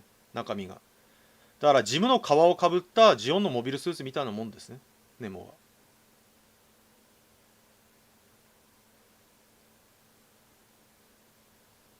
ジェネレーター内蔵。えっとね、F97 それをやってしまったのがあの4号機かなそれをやってしまったのが4号機かな。4号機、4号機は外部ジェネレーターを取り付けてハイパービームライフル撃った結果爆発しちゃったんだね。そういうこと。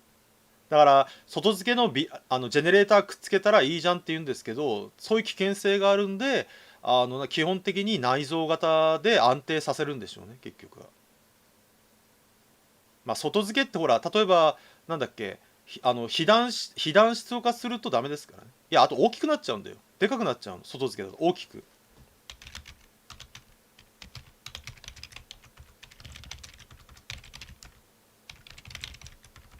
これ、そうそうそうそう。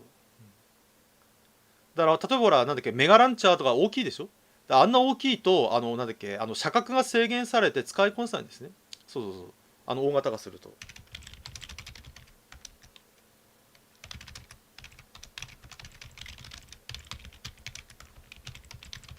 射撃角ですよね。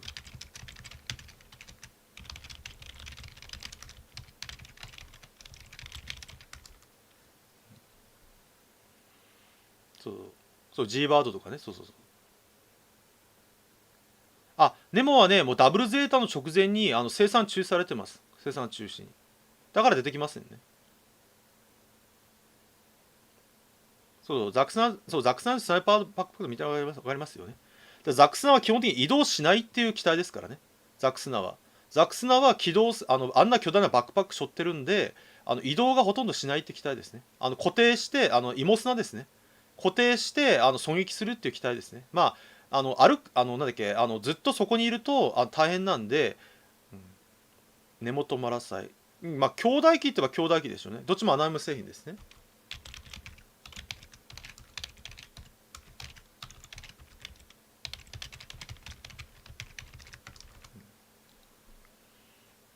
そうそうそう、ハイザックがそうメガランチャー使えたの。そうそう。ただ見てわかるハイザックのメガランチャーも巨大すぎるんで、あれもほら例えばなんだっけ施設宇宙基地を狙うとかそのなんだっけまあ、せめて巡洋艦狙うとかなら使えると思うんですが、対モビルスーツ戦闘では使えないんですね。だからほら前よくあるコメントよくあるコメントなんですけど、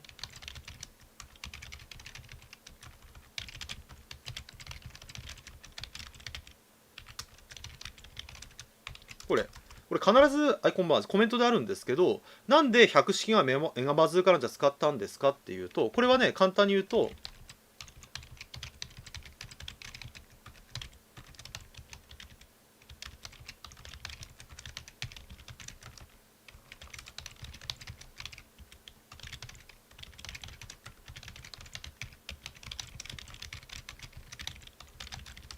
こういうことですね。なんで100式がメガバズールカーランチャー使ってるんですかっていうと、ザンネックとかザネキャノンとかゴトラタンと一緒でニュータイプ能力に頼らないとなんだっけ長距離狙撃ができないんですよ。長距離狙撃が。だから、簡単に言うとなんだっけアーガマーとラーディッシュに配備されてるパイロットでニュータイプ能力がある人っていうのはカミューとクワトロしかいないんですよね結局は。となるとほとんどクワトロ専用機なんですよ。で多分これを言うと必ず聞かれるのがじゃあカミューが使ったらよかったんじゃないんですかっていう皆さん疑問が発生するでしょ。カミューは戦闘経験が少ないんですよ。戦闘経験。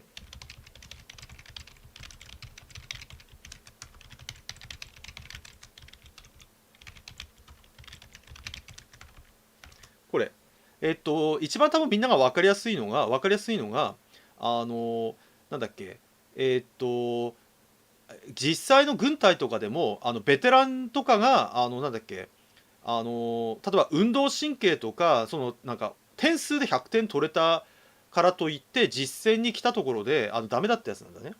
だから例えば戦闘の状況に応じてなんだっけ対応とかしなくちゃいけないからクワトロみたいなベテランじゃないと使いこなせないんですね結局は。まあ、ただね問題だったのはなんだっけそのあれどう見ても大型兵器なんでもっと後方で使うべきなんですよね。もっと後方で、簡単に言うと。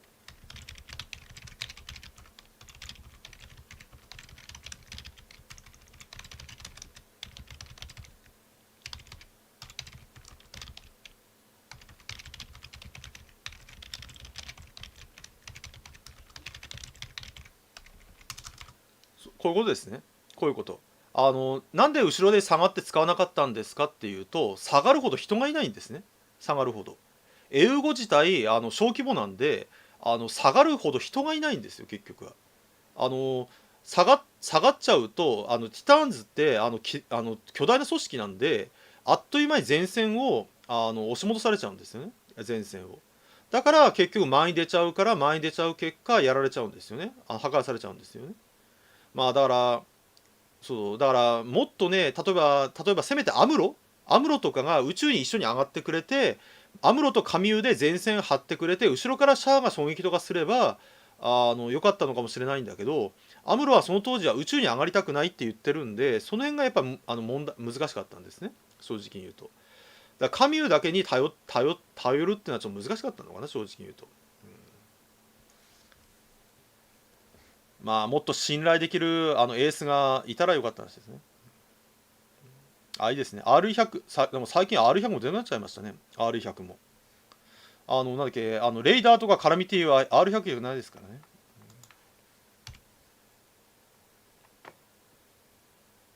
あとありますか皆さん、質問とか。なんだっけ。なんでもいいですよ。今みたいにお答えしますよ。ホビーネクストフェーズの質問とか。今週は土曜日に生放送ありませんね。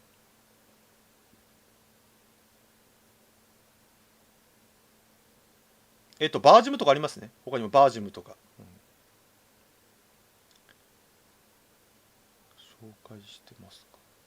私はガンプラの紹介動画は作ってませんね。ガンプラの紹介動画は。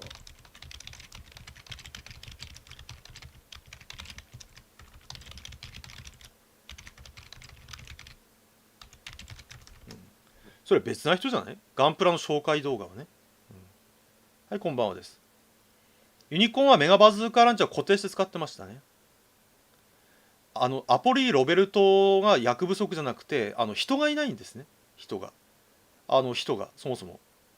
簡単に言うと、なんだっけ、エウゴとティターンズでは、なんだっけ、戦力が違いすぎるんで、どんどん前線が押されちゃうんですね。前線が。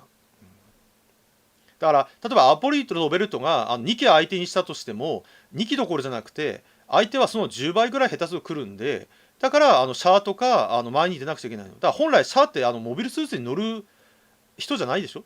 どっちかっていうとほらエウゴの代表になったんでなんだっけ戦っちゃいけないんです本当は戦っちゃエウゴの代表なのにね。アナザー軸ってちゃんと理由があるんですよライナーさん。ライナーさんアナザーってミノスキルしかないけどモビルスーツを作った理由ってちゃんとあるんですよね。ちゃんとあるんですよちゃんと。ガンダムシードもモビルスーツ作った理由があるんですよね。だからガンダムシードとかってモビルアーマーだったでしょ最初だからモビルアーマーちゃんとあるんですよ理由がね全部あるんですよ全部。ダブルオーとかもね全部全部あるんですよちゃんと理由がね。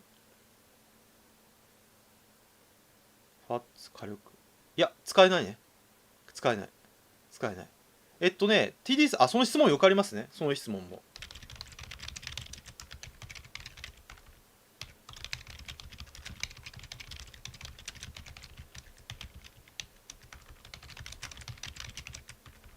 これ簡単ですね簡単ですね。よくさ例えばビームマグナムだったらクロスボウンモビルスーツと戦えるとか言ってる方がいるんですけど、火力だけならっていうのは現代で戦艦が消えた理由と一緒ですよね。当たらないからそもそもが。分かりやすく言うとなんだっけビームマグナムなんて小型モビルスーツに当たらないから。例えば100発撃って1発当たるなんていうのではやられちゃうんですね結局は戦場では。戦場で一番大事なのは火力じゃなくて命中率なの。命中率なの簡単に言うと。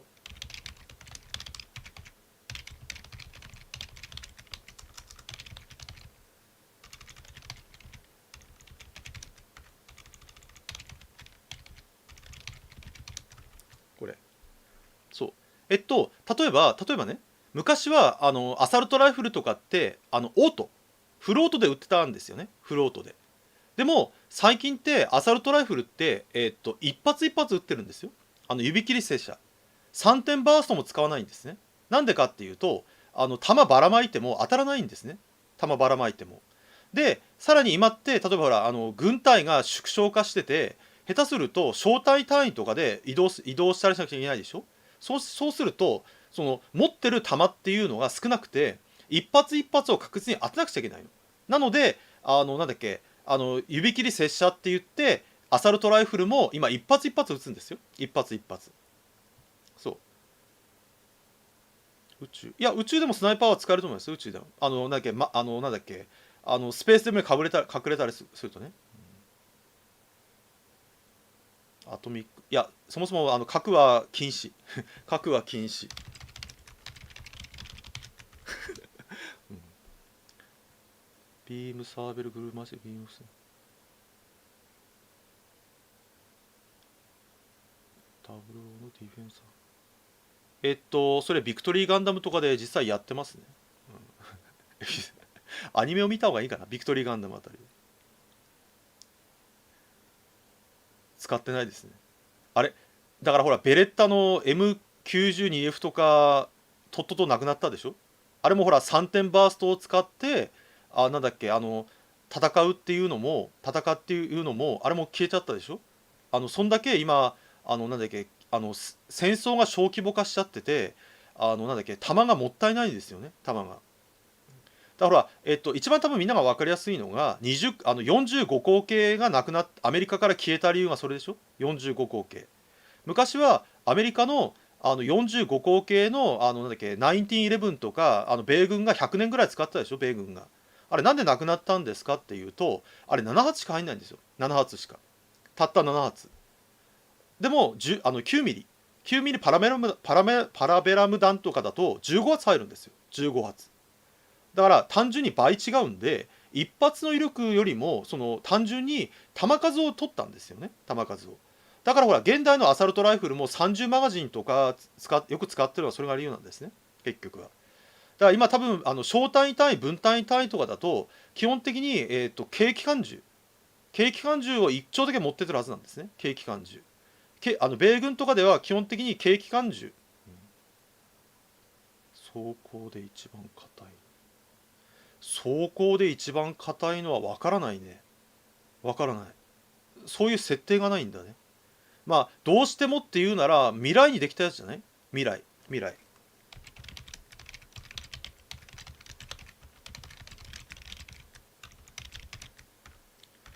だから例えばビクトリーガンダムまでだったらビクトリーガンダムの時代じゃないかな。ビクトリーガンダムの時代。なんだっけ G レコのなんだっけ G セーバーだったら G セーバーの世界じゃないかな。でさらに言うとなんだっけ宇宙世紀末期だったら、なんだっけ G セルフとか時代じゃないかな、結局は。未来ですね、未来。そう、ブローニングスコーついてるでしょ。ブローニングもなんだっけ、最近はフロートで撃ちませんよ、ブローニングも。M2 ブローニングも方針が焼き切れちゃうんで、あと弾数ももったいないんでね。仕事の流儀、嘘はつかない。嘘はつかない。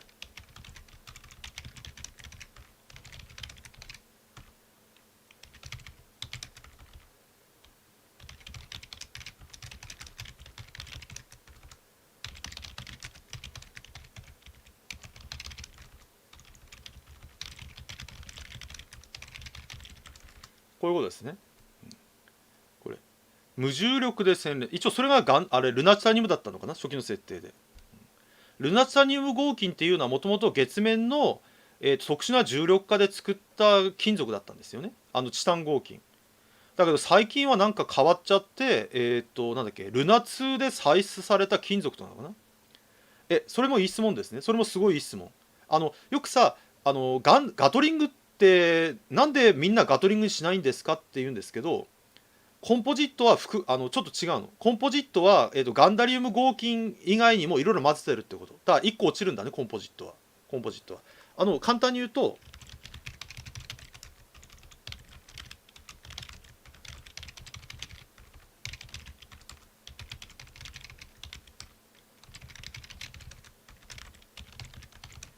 これですね。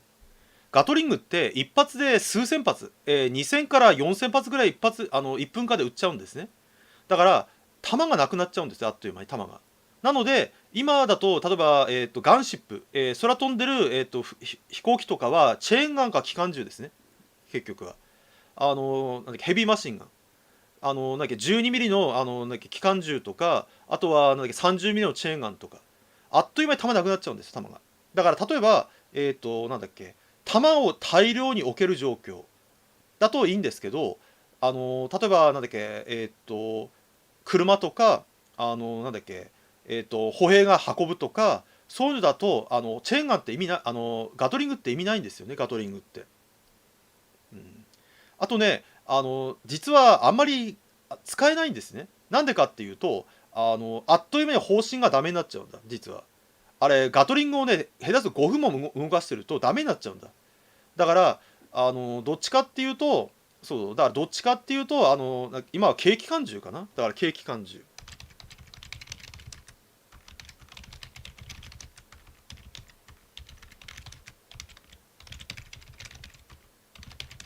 これ。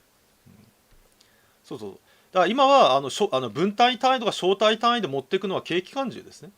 だから、分かりやすく言うと、軽機関銃を一丁持っていって敵に例えば囲まれたとか襲われた時にはその軽機関銃を使って時間稼ぎなんですね。時間稼ぎをして味方に無線で例えばじゃあちょっとその辺説明しましょう。この今の説明ってガンダムにめっちゃ重要なんで覚えておくといいですよ。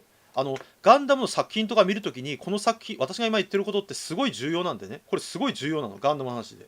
今の話って例えばね、例えば米軍さんとかって必ずね地図持ってるんですよ。地図例えばこう谷があって、こう谷がありますよね、谷が。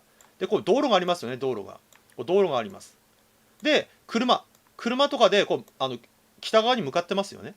そうするときに例えばここで岩が落ちてて、岩が落ちててなんだっけここに待ち伏せされてるってあれよくありますよね、待ち伏せされてるって。でここで攻撃を受けたってなるんですよ、攻撃を受けたときに。そういう時にはこの車、例えばハマーとか軍用車を盾にしてなんだっけ持久戦やるんですよ。要はここでこいつらを制圧するんじゃなくて持久戦、要は耐えるので、その間に何をするのかっていうと、仲間の無線で実はねグリッドって言ってスパロボみたいに実は米軍ってこういう風にグリッドが貼ってあるんですよ。こういうグリッドがなんで簡単に地図にこうやってグリッドでこうグリッドが貼ってあるんで、例えばなんだっけこう ABC って書いてあるので、こっちには123って書いてあるの。そうすると例えばほらここに見ると C の1でしょ、 C の1なので米軍の基地に向けて C の1に空爆要請するっていうの。空爆、そうすると無人攻撃機ドローンですね、ドローンが飛んでくるの。ドローンがそうか、トランスフォーマーの映画見たら分かりやすいですね。そうで C の1に空爆って言って、そうするとドローンがなんだっけヘルファイヤーとか対地ミサイルを撃ち込むんですよ、ここに。上空からバババーって撃ち込むの。でそして終わったらあとはなんだっけ地上の兵士たちが安全確認して、なんだっけ敵が沈黙したって言ったらドローンが帰っていくんですね、ドローンが基地に。だから基本的に戦争こういう風になってる今だから本当にゲームなんですよ。だからこれこれゲームじゃないと思った人いるんですけどゲームなんですよ。だからなんだっけ FPS とかが完全に育成マシンだって言われてもそれが理由なんですよね。だから制空権大事なんですよ、制空権。ちなみにガンダムとかもそうなんですよ、実は。ガンダムとかもこれに似てるんですね。はい、お疲れ様でした。ガンダムとかもこれに似てるんです、戦い方が。だからどんどん軍縮化されていったんで、基本的にこういう戦い方をしてるの。なんだっけ犠牲者を出さないってことね、犠牲者を。だから、例えば分かりやすく言うと、なんだっけ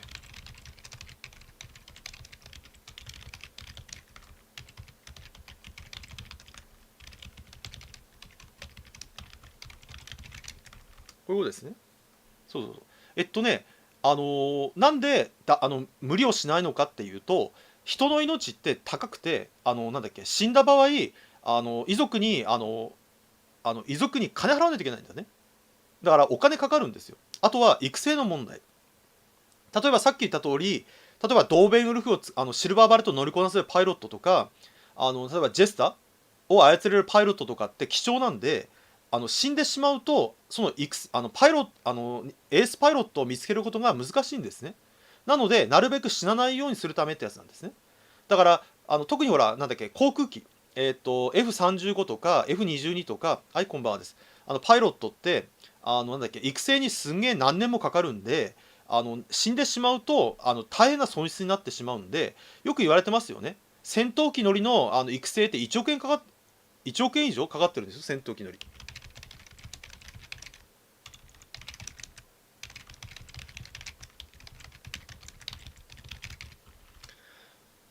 そうそう、だからなんだっけその死んでしまうとなんだっけその損害がでかすぎるってやつなんだね。だからなるべく死なないで今は帰還しろっていう作戦なんですね、今は。うん、特に飛行機のパイロットの育成はすごいお金かかる。だからモビルスーツもどんどんそうなっていったんでしょうね。モビルスーツもパイロットの育成とかがどんどん金かかっていった結果、基本的に死んではいけないという風になってったんでしょうね、結局は。だからなんだっけゼネラルレベルに所属してるなんだっけ方々とかはみんなそれで逃げてたでしょ。だから結局は無理しないですぐに脱出してたでしょ。だからゼネラルレベルとか、まあなんだっけ畑から取ってくるわけにいかないですからね。畑からパイロットが無限に出てくるわけでもありませんからね。あとありますか？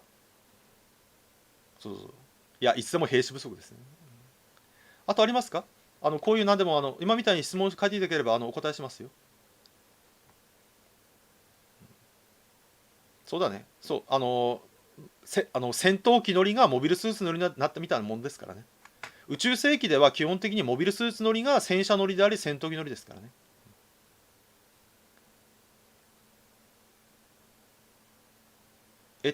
ザビ家が広告軍だからですね。ザビ家が。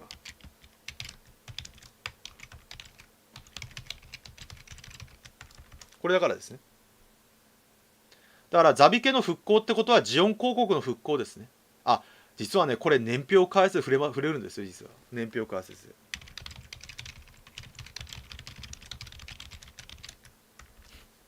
そう、次回の年表解説で触れるんだ、実は。お楽しみに。よかったら。次回の年表解説で、なぜ、なんだっけ、ザビ家、アクシズはそういうことをやったのかってちょっと触れますんでね。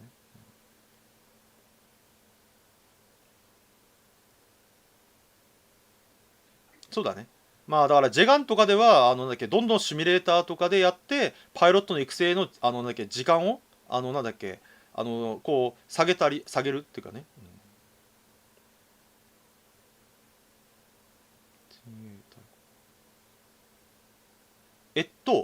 正しく言うとジオン公国軍の中に親衛隊とか国防軍とかいっぱいあるのかな、正しく言うと今それは多分ねなんだっけ私の話よりも旧日本帝国軍とか旧ナチス軍とか調べた方がいいかな、どっちかっていうそれはそれはどっちかっていうと実際にあった軍隊を調べた方がいいかな、どっちかっていうと。はい、お疲れ様でした。そう気になった人はそれはどっちかジオンの話よりも旧ドイツ軍ナチス軍とあと旧日本帝国軍を調べた方がいいかな。ユニコーン2って言ってることはユニコーン2には出てくるんじゃないのかな、ミネバ様は。ユニコーン2ってことはジオン広告軍にもいっぱいあるんですよ。突撃軍とか宇宙軍とか地上軍とかいっぱいあるんで、そういうことですね。そうそういうことですね。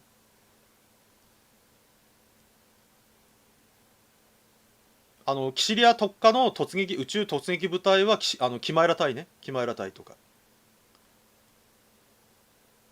あとドズルのなんだっけドズルは宇宙なんだっけ宇宙のなんだっけあれドズルはなんだっけ宇宙のジオンのなんだっけ総司令じゃなくて何て言えばいいんだ、総大将ですね。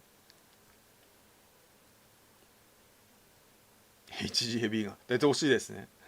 HG ヘビーガン出してほしいね、本当に確かに。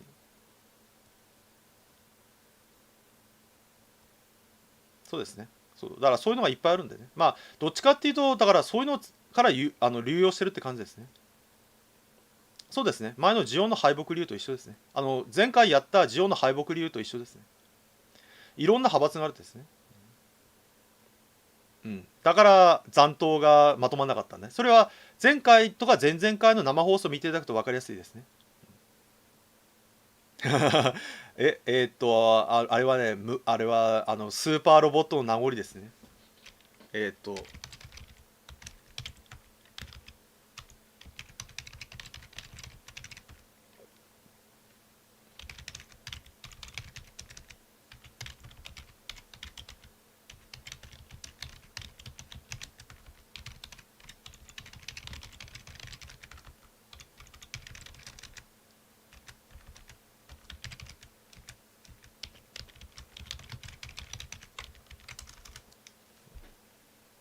そう、こういうことですね。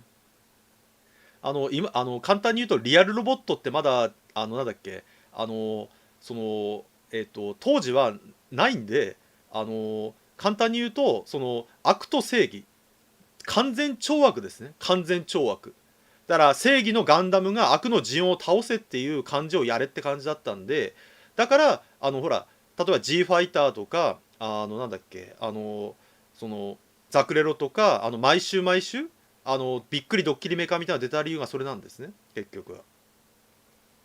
そうそう、だからマジンガーとかゲッターの名残ですね、結局は。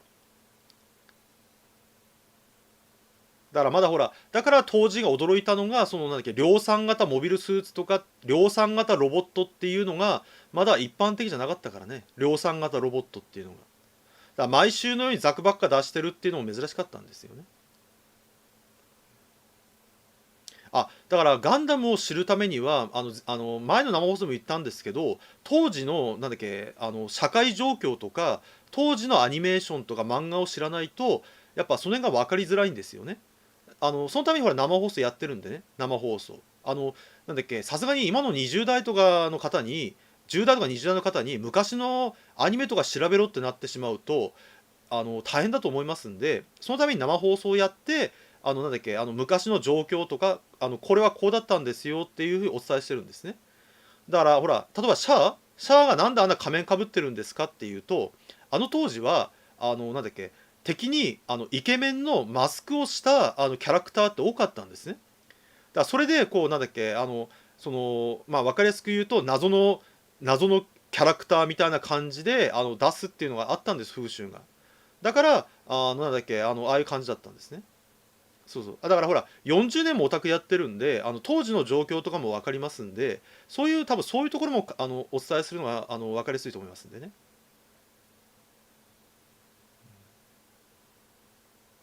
お疲れ様でした。まあ量産機っていうのは私はね、量産機の一番の魅力的なのはなんだっけあの兵装が変えられるっていうのも魅力的ですよね。例えば普通のロボットだと決まった武装しか使わないでしょ、決まった武装。だけど量産機っていうのは例えばほらマシンガン使ってるって言っても、マシンガンだと例えばザクだったらMMP80 みたいな 90mm 使ったりとか、ザクマシンガン使ったりとかいろいろ使うでしょ、マシンガンタイプを。さらにバズーカ使ったりとかマゼラトップを使ったりとかクラッカー使ったりとかっていうまさに兵士、人間の兵士の延長線上でしょ。そうそうそう。でほら多分ね今の境界戦記にお願いしたいのはどっちかっていうとなんか装甲が厚いっていう機体よりもなんだっけ壊れて直すっていう方が魅力的になると思うんだよね、魅力的に。例えば主人公の機体とか毎回壊れてそれを直してるシーンとか入れた方がすごい魅力的になると思うんだよね。量産型モビルスーツの魅力的ってそこじゃない？ほら例えば走行が吹っ飛んだとか腕が吹っ飛んだって言って次の週には直してて、ね、例えばなんだっけパーツがなくなったから現地でなんだっけ現地修理で直したとか、そういうのがやっぱ面白いんじゃないのかね、やっぱロボットっていうのは。そうそうそう。だからほら私はマブラも好きなんですよ。マブラとかあとブレイクブレイド。なんだっけ最近だとなんだっけ本当にブレイクブレイドの戦い方とかまさにそうですね、ブレイクブレイド。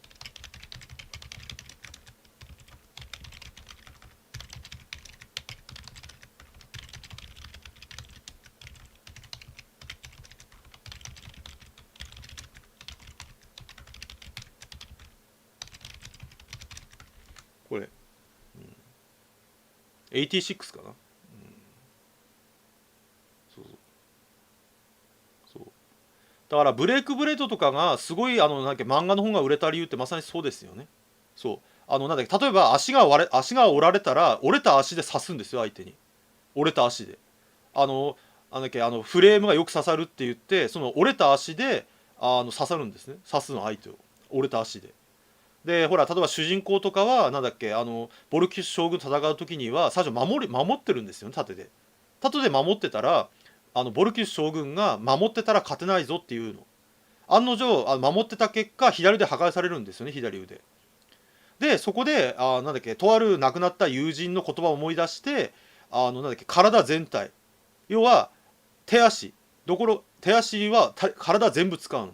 だから膝とか肘とかも使って戦うの。だからその結果絶対勝てないって言った戦争に勝つんですよね、結局は。絶対に100% 勝てないって言われた戦局を打開するんですよ、結局は。だから多分ね、境界戦記も多分そういう展開を望んでた方が多いんじゃないのかな、結局は。境界戦記も陸上兵器っていう、しかもなんか人が乗れるサイズ、なんだっけボトムズぐらいのサイズでってガサラ機とかのサイズなんで、多分そういうのを望んだ人多いんじゃないのかね、やっぱり。装甲が硬いとかよりはどっちかっていうと、なんだっけ、毎回装甲が壊れて、なんだっけなんだっけ、壊れて、それを壊れた装甲を逆に武器にするような。例えばなんだっけ、胸部装甲がぶっ壊れたら、そのぶっ壊れた胸部装甲を相手にぶつけてぶっ壊すとか、そういうのをやっていくと盛り上がるんじゃないかな、結局は。どっちかっていうと。だからなんだっけ、その陸戦の戦い方っていうやつですよね、結局は。意外とね、実際の戦争でも折れた枝を相手に刺してとかあるんですよね、石。一番すごいのが、実際の戦争とかでは落ちてた石で相手を殺害するっていうケースが実は結構多かったんですよね、結局は。揉み合いになって銃使えなくなっちゃって、なんだっけ、ナイフも取れないから、結局落ちてた石で相手を殴るとかね。そうそうそう。だから多分そういうなんかほんと泥臭いっていうのが多分なんだっけうんバラパトスと始まるのも良かったですね。そうそうそう。でも今週が結構面白かったですよね、今週が。今週はなんだっけ、例の AI のロボットと不明のレイヤーのロボットとなんだっけ北米軍がなんだっけ、人が乗った北米軍が実際戦うんですけど、今回のは地上戦なんで結構見応えがありますよ、今週は。境界戦記は今週は。前回の空飛んじゃってなんじゃこれになった人も結構多いんですけど、今回は本当に陸上戦の戦い方なんで、ああいうのをなんか毎週やっていただくとすごい盛り上がるんじゃないですかね。水川それやめてあげて。それツイッターでもなんか言ってる人いっぱいだからね。ツイッターでもあれってなってツイッターでもそれいっぱい言ってる人いたんでね、やめてあげて、本当にやめてあげて。ね、あれ主人公誰だっけって今日のなんか前回の今週の放送であれ主人公誰だっけって、ね、そうジョン・ウィックは人気な理由ですね。だからぜひ水星の魔女とかでもやっていただきたいですよね、水星の魔女。あとククルスマンの島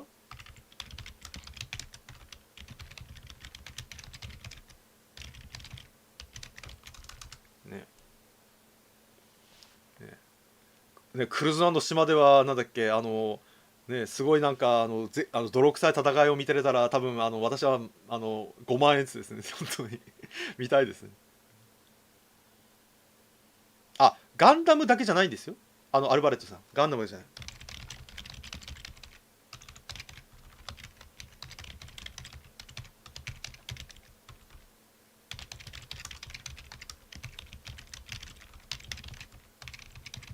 これガンダムだけじゃないですね。ボルキスの豚に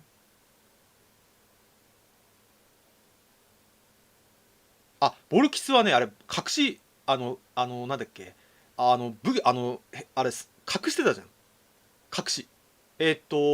なんだっけ、ザクのフィンガーマシン、ザクのヒートロッドと一緒。マントを着て武装を隠してたじゃん、武装。あんまネタバレ言って怒られそうなんで要はなんだっけ、マントってつけると何を持ってるかわからないんですよね、相手から。初見だとほらザクの、グフのフィンガーバルカンとヒートロッドと一緒、グフの。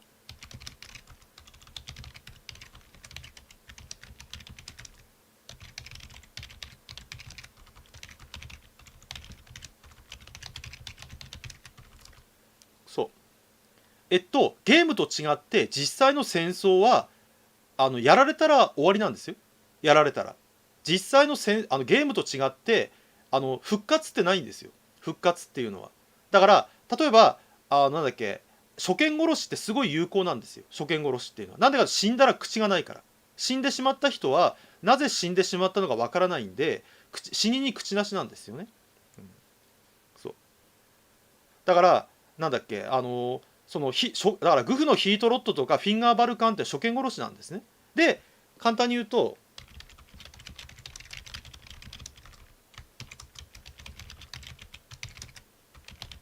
こういうことですね。そうそう、ゲームと違って死んじゃったら終わりですからね。死んじゃったら、死んでしまったら終わりってことね。だから初見殺しっていうのはすごい役に立つんですね、初見殺しっていうのは。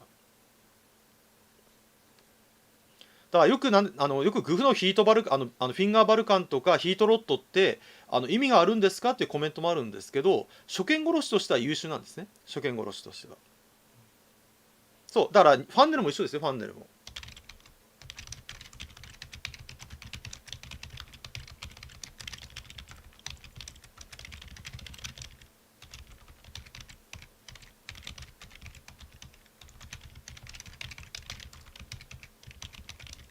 こういうことですね。ガルマ動画はあれネタですよ。ネタ、そうそ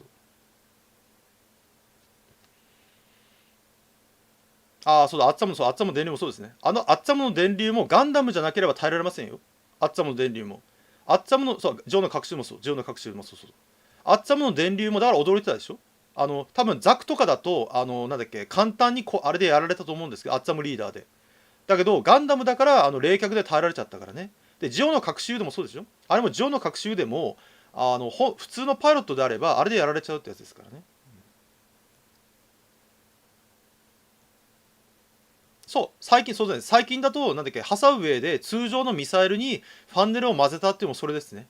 だから通常のミサイルがデコイにして、ファンネルミサイルで確実にダメージを与えたっていうのはまさに初見殺しですよね。そうそう、まあ、ゲームと違うからね。なんか一回死んでしまえばね、マニュアル。訓練かな、マニュアルっていうよりは訓練。まあ、ただ、皆さん知ってる通り、実際、グフを使いこなせた人は何人いるんでしょうかな話ですけどね。ね、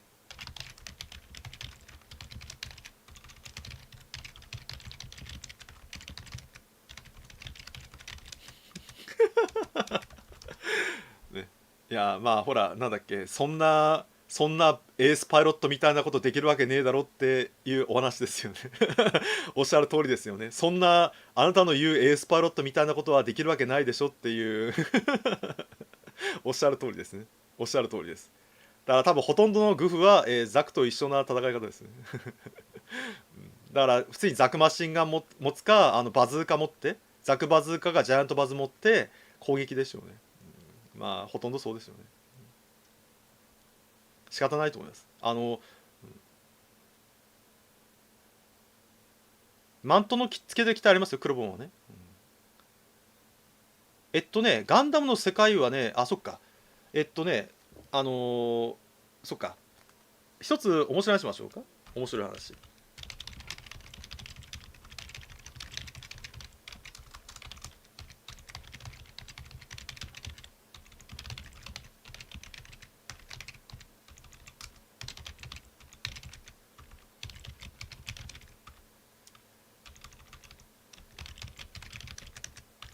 これですね。これですね。これですね。ガンダムの世界の宇宙空間って時速数万キロぐらいで動いてるんですよ。だから、見えたら終わりなんですね。見えたら終わりなんで、基本的に速すぎるためにマントなんていらない、見えないですからね。で、地上ではなんで必要ないのかっていうと、重さ、重い。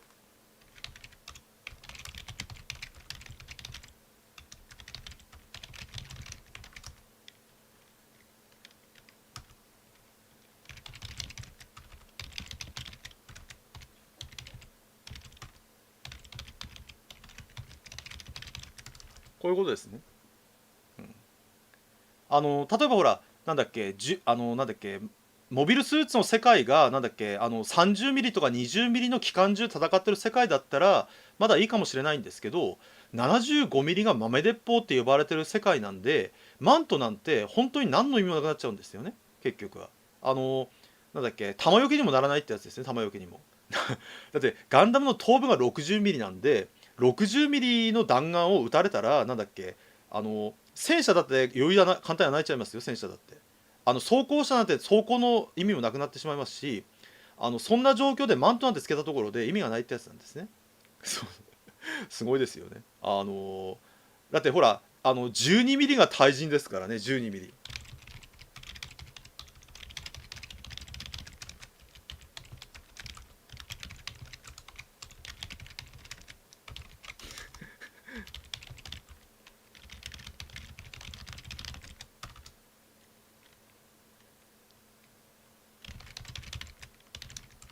これ。ABC マントは違うでしょ、だから。ABC マントは。ABC マントは役目違うでしょ、だから。ABC マントはビームシールドだとエネルギーがかかって、節約するために ABC マント。だからちゃんと、なんだっけ、利用してるってことね。ABC マントは。だから ABC マントはまた変わってくるってこと。通常だから ABC マントじゃなくて、ただのマントが意味ないってですね。ちなみに12ミリってなんだっけ、実際撃たれると装甲車にも穴開くし、あとなんだっけ、家とか建物は余裕で貫通して人間に当たると、かつて人と呼ばれた物体になってしまうんで、そうお疲れ様です。かつて人と呼ばれた物体になってしまうんで、なんだっけ、その対人ではないですね。対人っていうのは7.6、12ミリは対人ではないですね。ちなみに7.62ミリもなんだっけ、なんだっけ、食らうと大きな穴が開きますからね、7.62ミリも。12.7ミリねえ、だって12.7、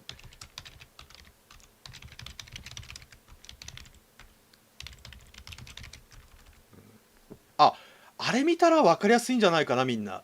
私が言ってるのが、もし一番分かりやすいのはランボー4、ランボー4。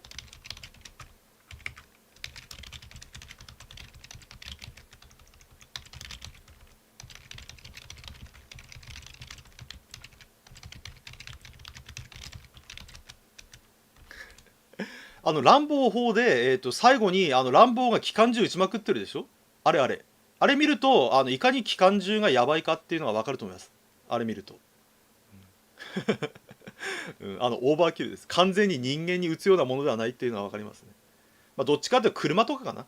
車。相手の車とか、家っていうか、まあ、倉庫とか。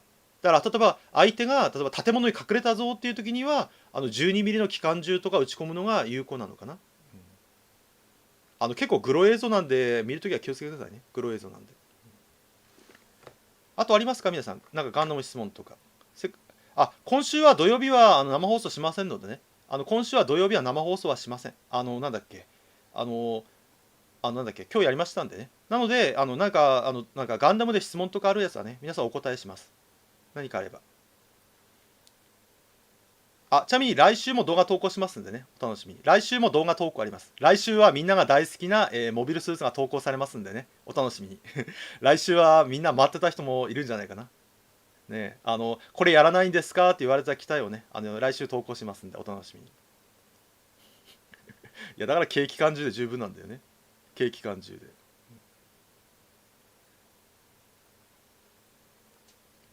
あれかな、大体お答えしたかな。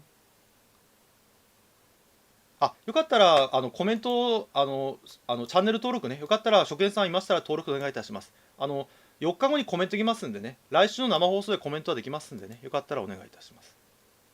大体お答えしちゃったかな。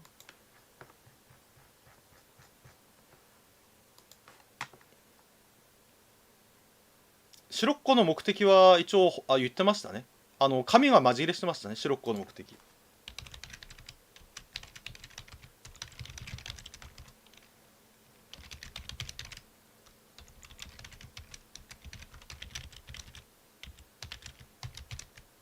これですね。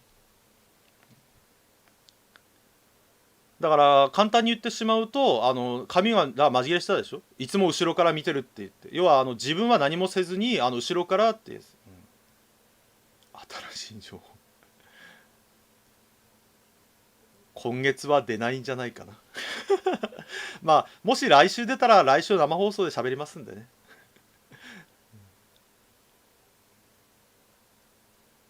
そうだね、ザンスカールもそうでしたね。カガチがそうでしたね、カガチがそうでしたね。いやというかいつの時代でもそうじゃない、いつの時代もいつの時代。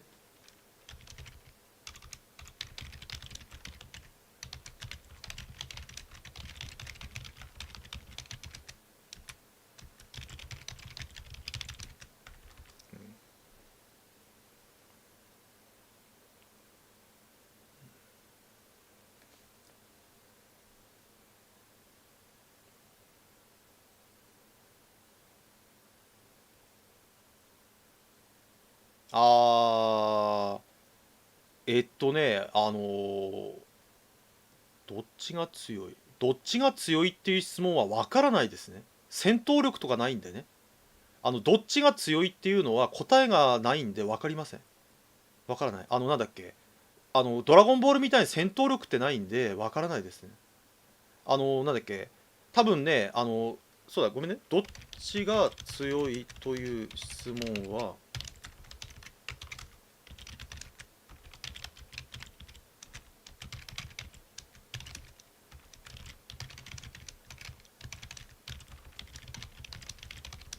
これですね。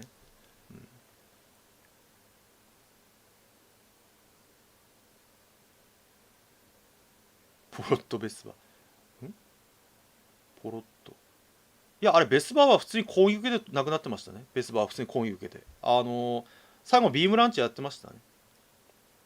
あれじゃない、あとはなんだっけ、ほらティンタクラーロットで攻撃食らってる可能性がありますね。そうだね。でまあジムとかボールだったのは、まあジムはアムロの OS があるからなんで簡単に使えますからね。まあ最終目的はそう、なんだっけ、ジャミトフの目的は実はギレンと一緒。そ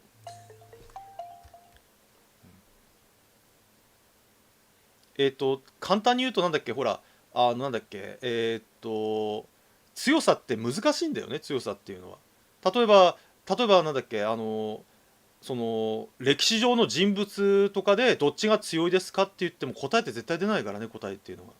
だからせめてなんか数字化とかすればね、いいかもしれないんですけどね。だからガンダムの最強論とかって一番不毛な争いですよね。絶対に答えが出ませんから、絶対に。ガンダムの最強論って絶対に答えが出ないんですよ、絶対に。まあ極端なやつは答えが出ると思いますけどね、極端なやつが。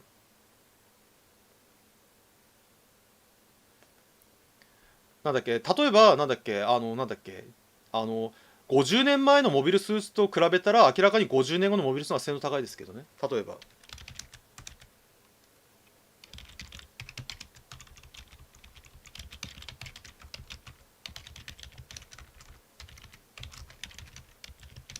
こんな感じで。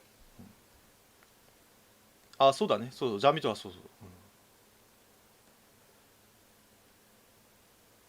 うん、アナザーとかは特になんだっけ、なんだっけ、作品一つで完結しちゃってるからね。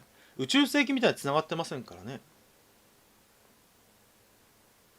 あ、で、多分ね、これ私が前言ったこれに多分反論する人って結構いると思うんですが、なぜなんですかって話でしょ。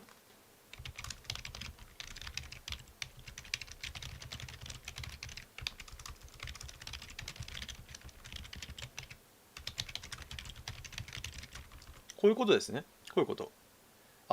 なんで例えばなんだっけ、例えばなんだっけ、宇宙世紀90年代の機体と宇宙世紀150年の機体を比べたときに、なんでそれが分からないんですかっていうと、ゲームだとなぜかゾロアットよりもサダビーが強かったりするんで、そうすると俺のやってるゲームだとサダビーの方が強いんだけどってなってしまう。だからゲームっていうのはあくまでゲームのバランスがあるんで、だから例えばね、例えば単影ガンダム参戦したら単影ガンダムみんな砂に変えられちゃうじゃん。だからゲームにならないんで、そうすると。単影ガンダムが月光町発動しちゃったら周りのモビルス全部砂に変わっちゃうでしょ。ゲームにならないでしょ。だからゲームっていうのはゲームのバランス性を重視してるんで、分かりやすくジムとキューザック戦ったらどうなるかって話なんだよね結局は。アイドルリミッターね。アイドルリミッター。グスタフ・カールのやつはアイドルリミッターがついてなかったんじゃないかもしかしたら。演出の可能性もありますけどね。アイドルリミッターです。アイドルリミッター。それはね、なんだっけ、翼の形状っていうのはミリタリーでいっぱいやってる。翼の形状って、それはね、沼る。ごめん。ノブさん、それはね、翼の形状はね、沼るからスルーして。みんなで翼の形状ってどれがいいかって未だに議論されてるんですよ。翼の形状って。翼の形状に関してはどれがいいかっていうのは正直に言うけど今ねわからないんだ。どれがいいかって。例えば一般的な戦闘機ってこうこういう形でしょ。こういう形。こういう形。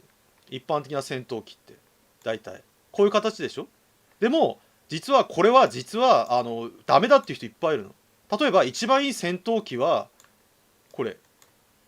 さあ B2 ステルスですね。 B2 スピリット。全翼機。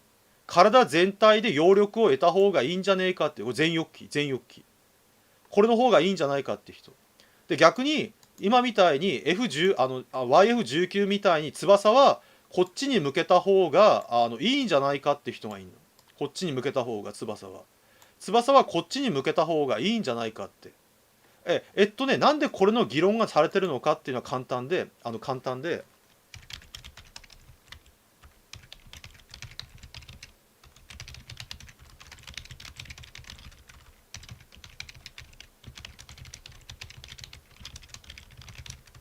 こういうことですね。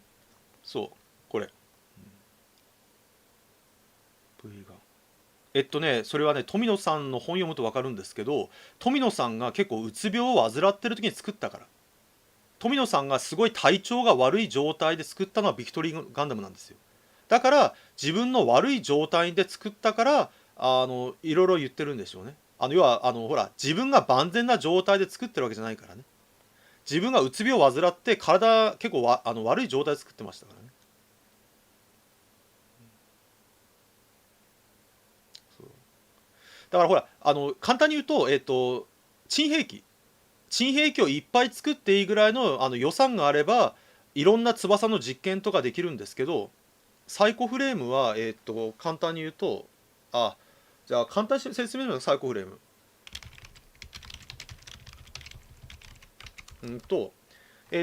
簡単に言うとじゃあ今日はこれやって終わりましょうか。今日はこれやってそうサイコフレームって何なんですかって必ず聞かれるんですけど例えば今までこれ例えばサイコミュね。サイコミュこれサイココミュニケーター機械です。コンピューターコンピューターのですか。これサイコミュね。サイコミュって巨大な施設だったんですよ。スーパーコンピューター。例えば従来のサイコミュって、ビル一軒ごとの巨大なコンピューターで起動してたんですよ。なので、モビルアーマー大型のモビルアーマーにしか搭載できなかったんですね結局は。あまりにもサイコミュっていうコンピューターがでかすぎて搭載できなかったのモビルスーツとかには。でこれをなんとかなんだっけ小型化しようってなった時にコンピューターの機能を分割要は小型化できないかって考えたんですよね。小型化だから簡単に言うとまずこれの機能の半分だけの機能を作ったのがバイオセンサーこれがバイオセンサーでバイオセンサーはフルサイコミじゃないんで一部の機能だけを引っ張り出したやつなんでいろんな問題があったんですよね。でフルサイコミをなんとか小型化して搭載しようって考えた時に今のスマホとかと一緒。じゃあ例えばでかいコンピューターじゃなくてまず、中心部にはちっちゃなサイコミを載せる。でもちっちゃなサイコミだとバイオセンサーと変わんなくなっちゃうでしょ。じゃあね考えたのがフレームとか装甲板の間にこういう電子回路電子回路をフレームのこういう中に電子回路入れていくの。こうやってこうやって電子回路、こうやって電子回路を入れていくの。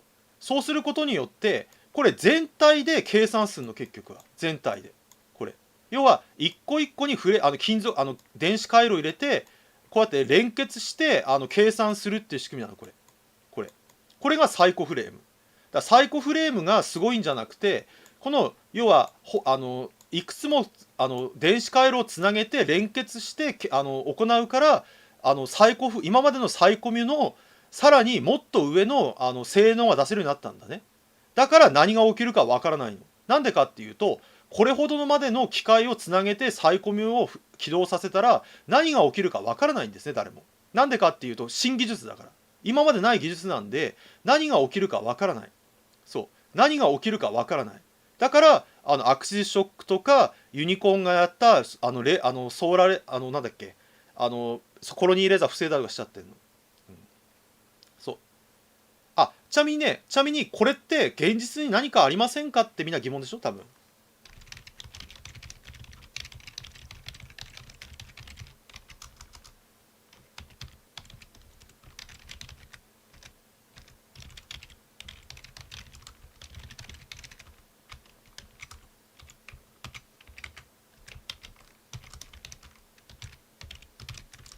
これ実はこれに近いもので何かありませんかっていうと、実はセル構想って言ってプレイステーション3のCPU を連結するっていうのと一緒なんですね。実はこれ簡単に言うと、プレステ3の CPU をプレステ3だけじゃなくて例えばテレビ、あとなんだっけ電子レンジなどいっぱいつけてね、でそれを全部つないで全部で計算するっていうやつ。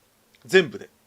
つまりどういうことかっていうと、普通の1個の CPU だけでは性能がダメなんだけど、その家にある家電製品が全部このセル CPU だと全部連結するでしょ。全部連結すればとんでもない高性能化できるんじゃないかって考えたの。それがセル構想なの。それがこのサイコフレームと一緒なんですね。サイコフレームと。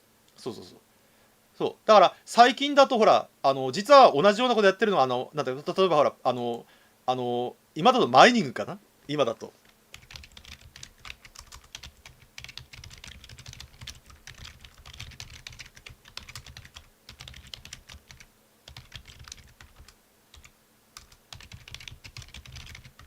これビットコインとかだね。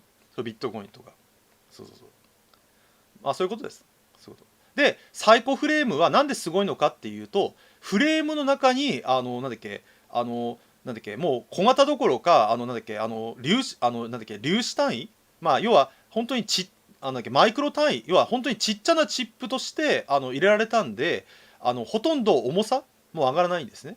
だから結果大量に搭載できるっていうんですごい優秀だったんですね。そんな技術できるんですかっていうんですけど、100年以上先ですからね。100年以上。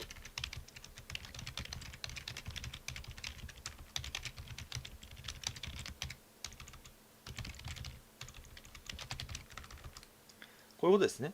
でちなみにこの技術ってよく封印されたがなくなったっていう人がいっぱいいるんですけど、実はなくなってないんですよ。実はこの技術ってなくなってなくて、要はここね、なんだっけ、消しゴムってどれだこれまあいいや、消しゴムちょっと待って、ペイント消しゴム、これか、ここをサイコフレームじゃなくてなんだっけ、実はねこの技術ってなくなってなくてここをサイコフレームじゃなくて分かりやすく言うと通常の機体制御の CPU、モビルスーツの機体制御の CPU をここにつないで同じくやってなんだっけできたのが小型モビルスーツなの。これですね。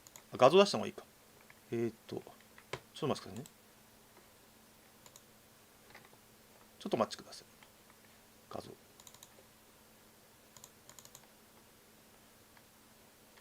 これですね。これ。だからなんでF90 とか小型ができたんですかっていうと、今までは大型のなんだっけ機械を搭載してたやつをそれをなんだっけ、今みたいに、なんだっけ、装甲にチップを埋め込むことによって小型ができたんですね。だからこんだけ小さくなったの。だから小型のジェネレーターと MCA、マルチプルコンストラクションアーマーのおかげで、モビルスーツが小型ができたってことなんですね。だから、前も言いましたけども、こうなってしまうと、そのサダビーとかシナンジュとか、ユニコーンガンダムではもう別次元なんですね。簡単に言うと。どのぐらい違うのかっていうと、レシプロ機、プロペラ機とジェットエンジンぐらいもう違う世界なの。もっと分かりやすく言うと、電車、みんなが通勤で乗ってる時速80キロとかの電車とリニアモーターカーの戦いなんで、もう話にならないですね。5メートル縮むってすごいよ。性能、ライナーさんまだ働いてないのかな。仕事でね、なんだっけ、小型化って、1センチ小型化するのもね、怒られるよ。1センチ。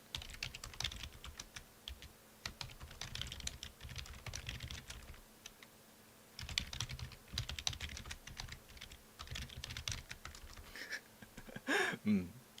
5メートルって普通に考えたら不可能ですね。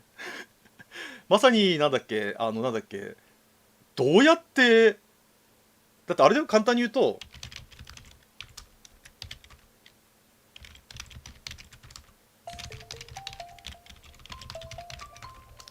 これ、だからなんだっけ、ジェネレーターの出力も下げないで、性能も下げないで、大きさだけで軽量化としかも軽量化ですよ、軽量化。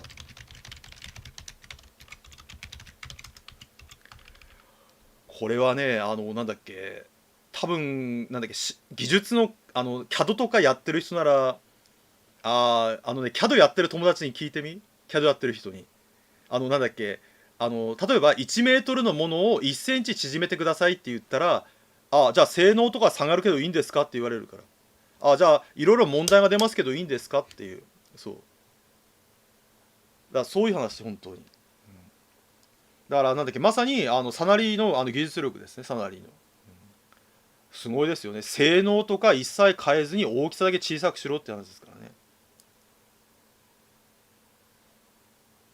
だから携帯電話見たら一番分かりやすいよね、携帯電話。携帯電話。なんだっけ、昔のショルダーフォン、肩からかけてた携帯電話と、今の携帯電話を比べたら分かりやすいんじゃないかな、携帯電話。ちなみになんだっけ、皆さん、あの、携帯電話がカラーになってまだ20年経ってないんですよ、皆さん。ライナーさん、携帯電話。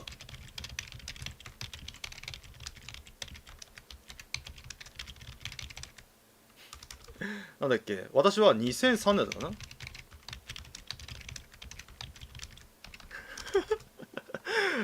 だからなんだっけ、昔は20年前は白黒携帯だったんですよ。白黒携帯。だからガラパゴス携帯、ガラパゴス携帯は白黒だったんですよ、皆さん。スマホなんてなかったですからね、まだ。ただのなんだっけ、本当にあのあのまあうんまあモビルスーツと一緒ですよね。だってみんな覚えてます、皆さん。皆さん覚えてます。なんだっけ。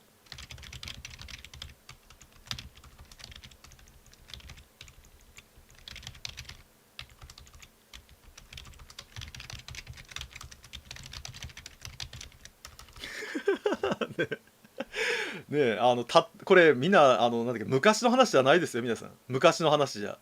たかだか15、6年前の話ですよ、皆さん。15、6年前。15、6年前でこんな感じだったんですよ、15、6年前。15、6年前。だから、そうそうそう。だから、なんだっけ、本当に、なんだっけ、もうねえ、なんだっけ、多分ね、スマホから入った若者だと、多分理解ができないかもしれない、もしかしたら。本当にね、なんだっけ、恐ろしい勢いで進化してますよね。恐ろしい勢いで。本当に。だからなんだっけ、まさにモビルスーツとかも、本当になんだっけ、すごい進化ってやつですよね。そうそう。ねえ、だって、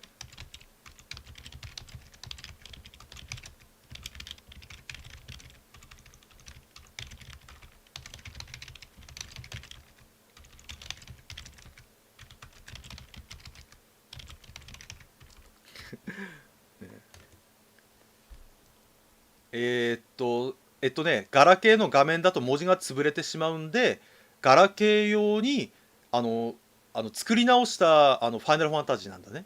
だから文字とか大きくなってるんですね。ああ、これですね。これ発表されたやつですね。そうですね。だからなんだっけ、もし RG のゴッドガンダムが欲しい方は発売日になんだっけ、ヨドバシカメラとかに並ぶしかないですね。なんだっけ、私はほらよく聞かれてるのが、シュウさんどうやって解説用のガンプラとか手に入れてるんですかって皆さん疑問でしょ。私はね、朝9時前にヨドバシカメラに並んでます。いい年こえたおじいちゃんがなんだっけ、一回ヨドバシに間違えられたよ。お孫さんに買うに来たんですかって言われて、いや違います、自分のために買いに来ましたって言ったら、店員がね、えって顔してて、えって顔されちゃって、まあ多分転売屋とも転売のなんか人だと思われたんじゃない。うん、そしたら、いや違います、私はガンダムス大好きなんで、だから店員にちゃんと説明したんだ、このガンダムはこうですよねって言ったら、そうですって言ったから、だから転売とかじゃないですよって言って、はいってチケットもらって、買ってますよだから。さすがに顔覚えてもらったのか分かんないんだけど、今日も来たんですかっていう顔されて、はいっつって買ってます。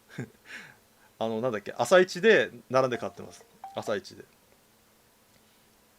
だからなんかネットではほぼ買えないんで、インターネットでほぼ買えないんで、全部朝一で並んで買ってきてます。朝一で。朝一で。解説用にね、安心してください。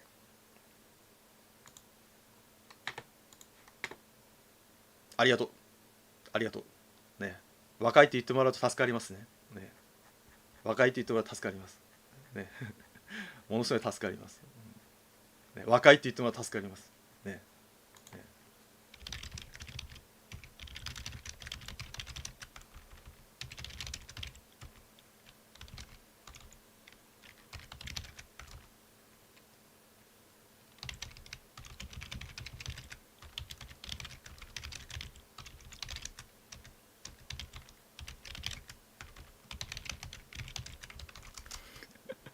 ね、ありがとうございます。